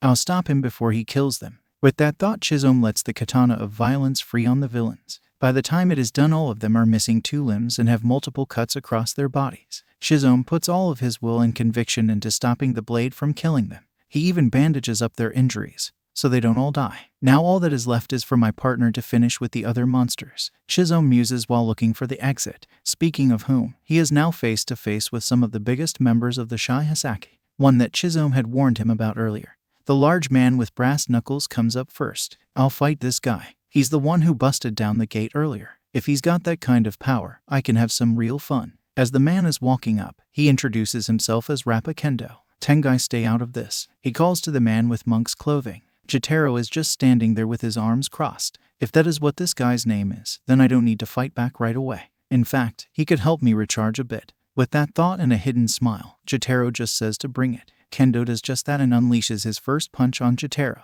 who in turn does nothing. In fact, he doesn't even move at all, which incises Kendo more. He has a feral grin. He starts unleashing a barrage of bullet punches on Jotaro. Rather than just stand there, Jotaro blocks a large number of the attacks. At one point he stopped and asked, "What are you doing?" "You're just blocking my attacks." Even though he can't see the other man's face, Rappa knows that his foe is smiling. Is he like that fat gum guy? That could mean I just powered him up all the more. He just let me attack so he can hit me harder, Kendo thought, and his feral grin grew to a manic smile. Well, as fun as it could be to take a hit you charged up from my own, I'm finishing this myself. Kendo charges at Jotaro again and unleashes his barrage of attacks. Jotaro blocks again, and then says, "You're right and wrong at the same time. I was using you to get a kinetic charge, but I could have finished this at any time." Kendo is taken aback by this. With a little smile and chuckle, Jotaro knocks away Kendo's barrage, before unleashing a punch that sends him flying so hard he lands in the ocean. A few of the other that are left are terrified at this. Tengai tries to create a barrier to stop any attacks he could unleash, only for Jotaro to kick it and shatter the barrier completely. And to make sure that he can't do it again, Jotaro hammer fist slams Tengai into the ground so hard it makes a crater. It is after this that the other largest member decides to take a crack at him. "Too bad you're a guy. I'd much prefer grabbing onto and draining a woman,"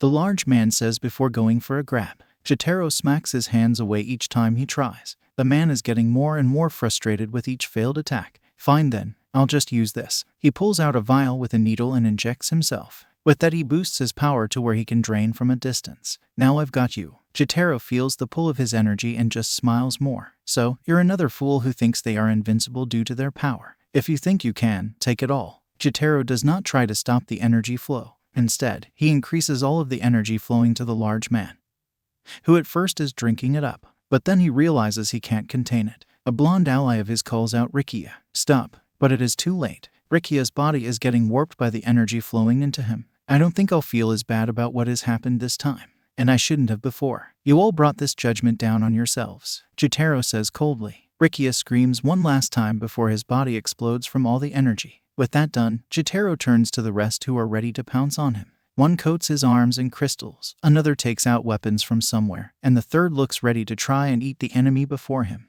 The second tries to take any weapon that might be there, but there are none on the person before him. The crystal man strikes down with all the weight and might he can muster. Jotaro blocks the blow, and then catches the one who tries to eat him. He then pushes back against the crystal arm and slams the one he caught down into the ground so hard it cracks. When the thief tries to stab and then shoot him, the knife breaks and the bullets don't even affect him. Jotaro is on him in a second and kicks the man in the face so hard he is sent flying through 3 walls. The crystal man attacks again, but Jotaro just smashes through the crystals he has grown before headbutting the man so hard he passes out. Well, at least that's done now too. He feels himself stop. In all the fracas, he had forgotten about the first one who tried to attack him. "Call me Chronostasis, since that is exactly the state you are in right now. I have to admit you are incredibly impressive. You managed to beat almost every member of the 8 precepts alone. But now you are done. I will make sure you can't get in Chisaki's way." He then takes out a dart gun and points it at Jotaro. He shoots him with the rough quirk-destroying bullets. "This may not take your quirk forever, but it will be enough to finish you. Goodbye, hero." Chronostasis draws his knife and goes to stab Jotaro in the stomach. But instead, the knife breaks. With his timer stabilizing, Jotaro informs him that, "Yeah, I don't have a quirk. I don't have something that worthless." This shocks the villain and Jotaro finishes him with a punch to the face. He then speaks to Chizome to meet him deeper inside. He can sense that Chisaki is deeper inside the remodeled building. "I think I can guess where he is going," Chizome says. When the two meet back up, they head to where Jotaro can sense Chisaki, who is incredibly livid. The room he is in is where they usually keep her, but instead, it is just a dummy left behind by Saphantite. How did she get away?" "Oh, you thought we were the main force to break her out, huh?" Jotaro mockingly says. "She was always the goal, saving her and stopping your evil." "You're done, Chisaki," Chisholm says with finality, brandishing his blades at their foe. Chisaki just twitches a bit before turning and slamming his hand on the ground. With that, a barrage of stone knives come flying at the two. Both of them manage to dodge all of the attacks, but the room is again remodeled, and thus the fight is on. Chisholm and Jotaro manage to get close a few times, but Overhaul just keeps making new barriers to push them back. Damn it, if I was at my full power, I could take him out easy. But I'm not at my best, and I used up a lot of energy in the fight with that Rikia fellow. Jotaro thinks before Chisholm gets tripped up and is stabbed multiple times. Chisholm, Jotaro calls out and catches him. He breaks through a wall and the two escape for a bit to strategize and heal. Chisholm is bleeding from multiple spots, but Jotaro offers to heal him. With a nod from the former, Jotaro uses his healing gamma wave on the wounded ally. Wait, what is going on? Is he? These thoughts run through Jotaro's mind before Chisholm stands up again. He then says, "I know you can finish this, but you need a little time to get your charge back. I'll buy you as much time as I can, even without the thing I didn't need." With a smile, Chisholm draws both of his blades and goes back in to face the madman Overhaul. Jotaro decides to get desperate and punches into a few of the electric lines to recharge himself. When that isn't quite enough, he also creates a few explosions in the kitchen to absorb the kinetic force and the heat energy of the explosion. While he is doing that, Chisholm has begun to fight Overhaul in earnest. He doesn't try to attack him often, just enough to where the villain's attention is on him. But once again he gets tripped up by Overhaul, who proceeds to trap him in the stone around him. Before he can strike any kind of final blow, Jotaro reappears and kicks Overhaul in the side so hard he breaks multiple bones. Not that it is too much of a problem for him, Overhaul just puts himself back together with his quirk. "Now I can fully finish this," Jotaro says with a hidden face of determination. He rushes at Overhaul, breaking through his stone barriers in an attempt to get close to him. When he thinks he is right next to the villain, he breaks through to grab and end the fight. But it was a feint. Overhaul had made a dummy to sneak around behind Jotaro, and he gets close enough to touch him. "If only Eri were here so I could show her how feeble the hope you heroes create really is. Now die," he says, using his quirk to make Jotaro explode. But nothing happens. Overhaul is confused at this turn of events and asks why it isn't working. "It may have a few minutes ago, but I'm charged up again, as is my barrier around my body. You need physical contact, right? Doesn't work if you don't touch me physically." To which Jotaro grabs Overhaul's shirt and headbutts him so hard, Overhaul's nose bleeds profusely and his skull is cracked in multiple places. Jotaro proceeds to grab the villain's face and use his healing gamma wave again.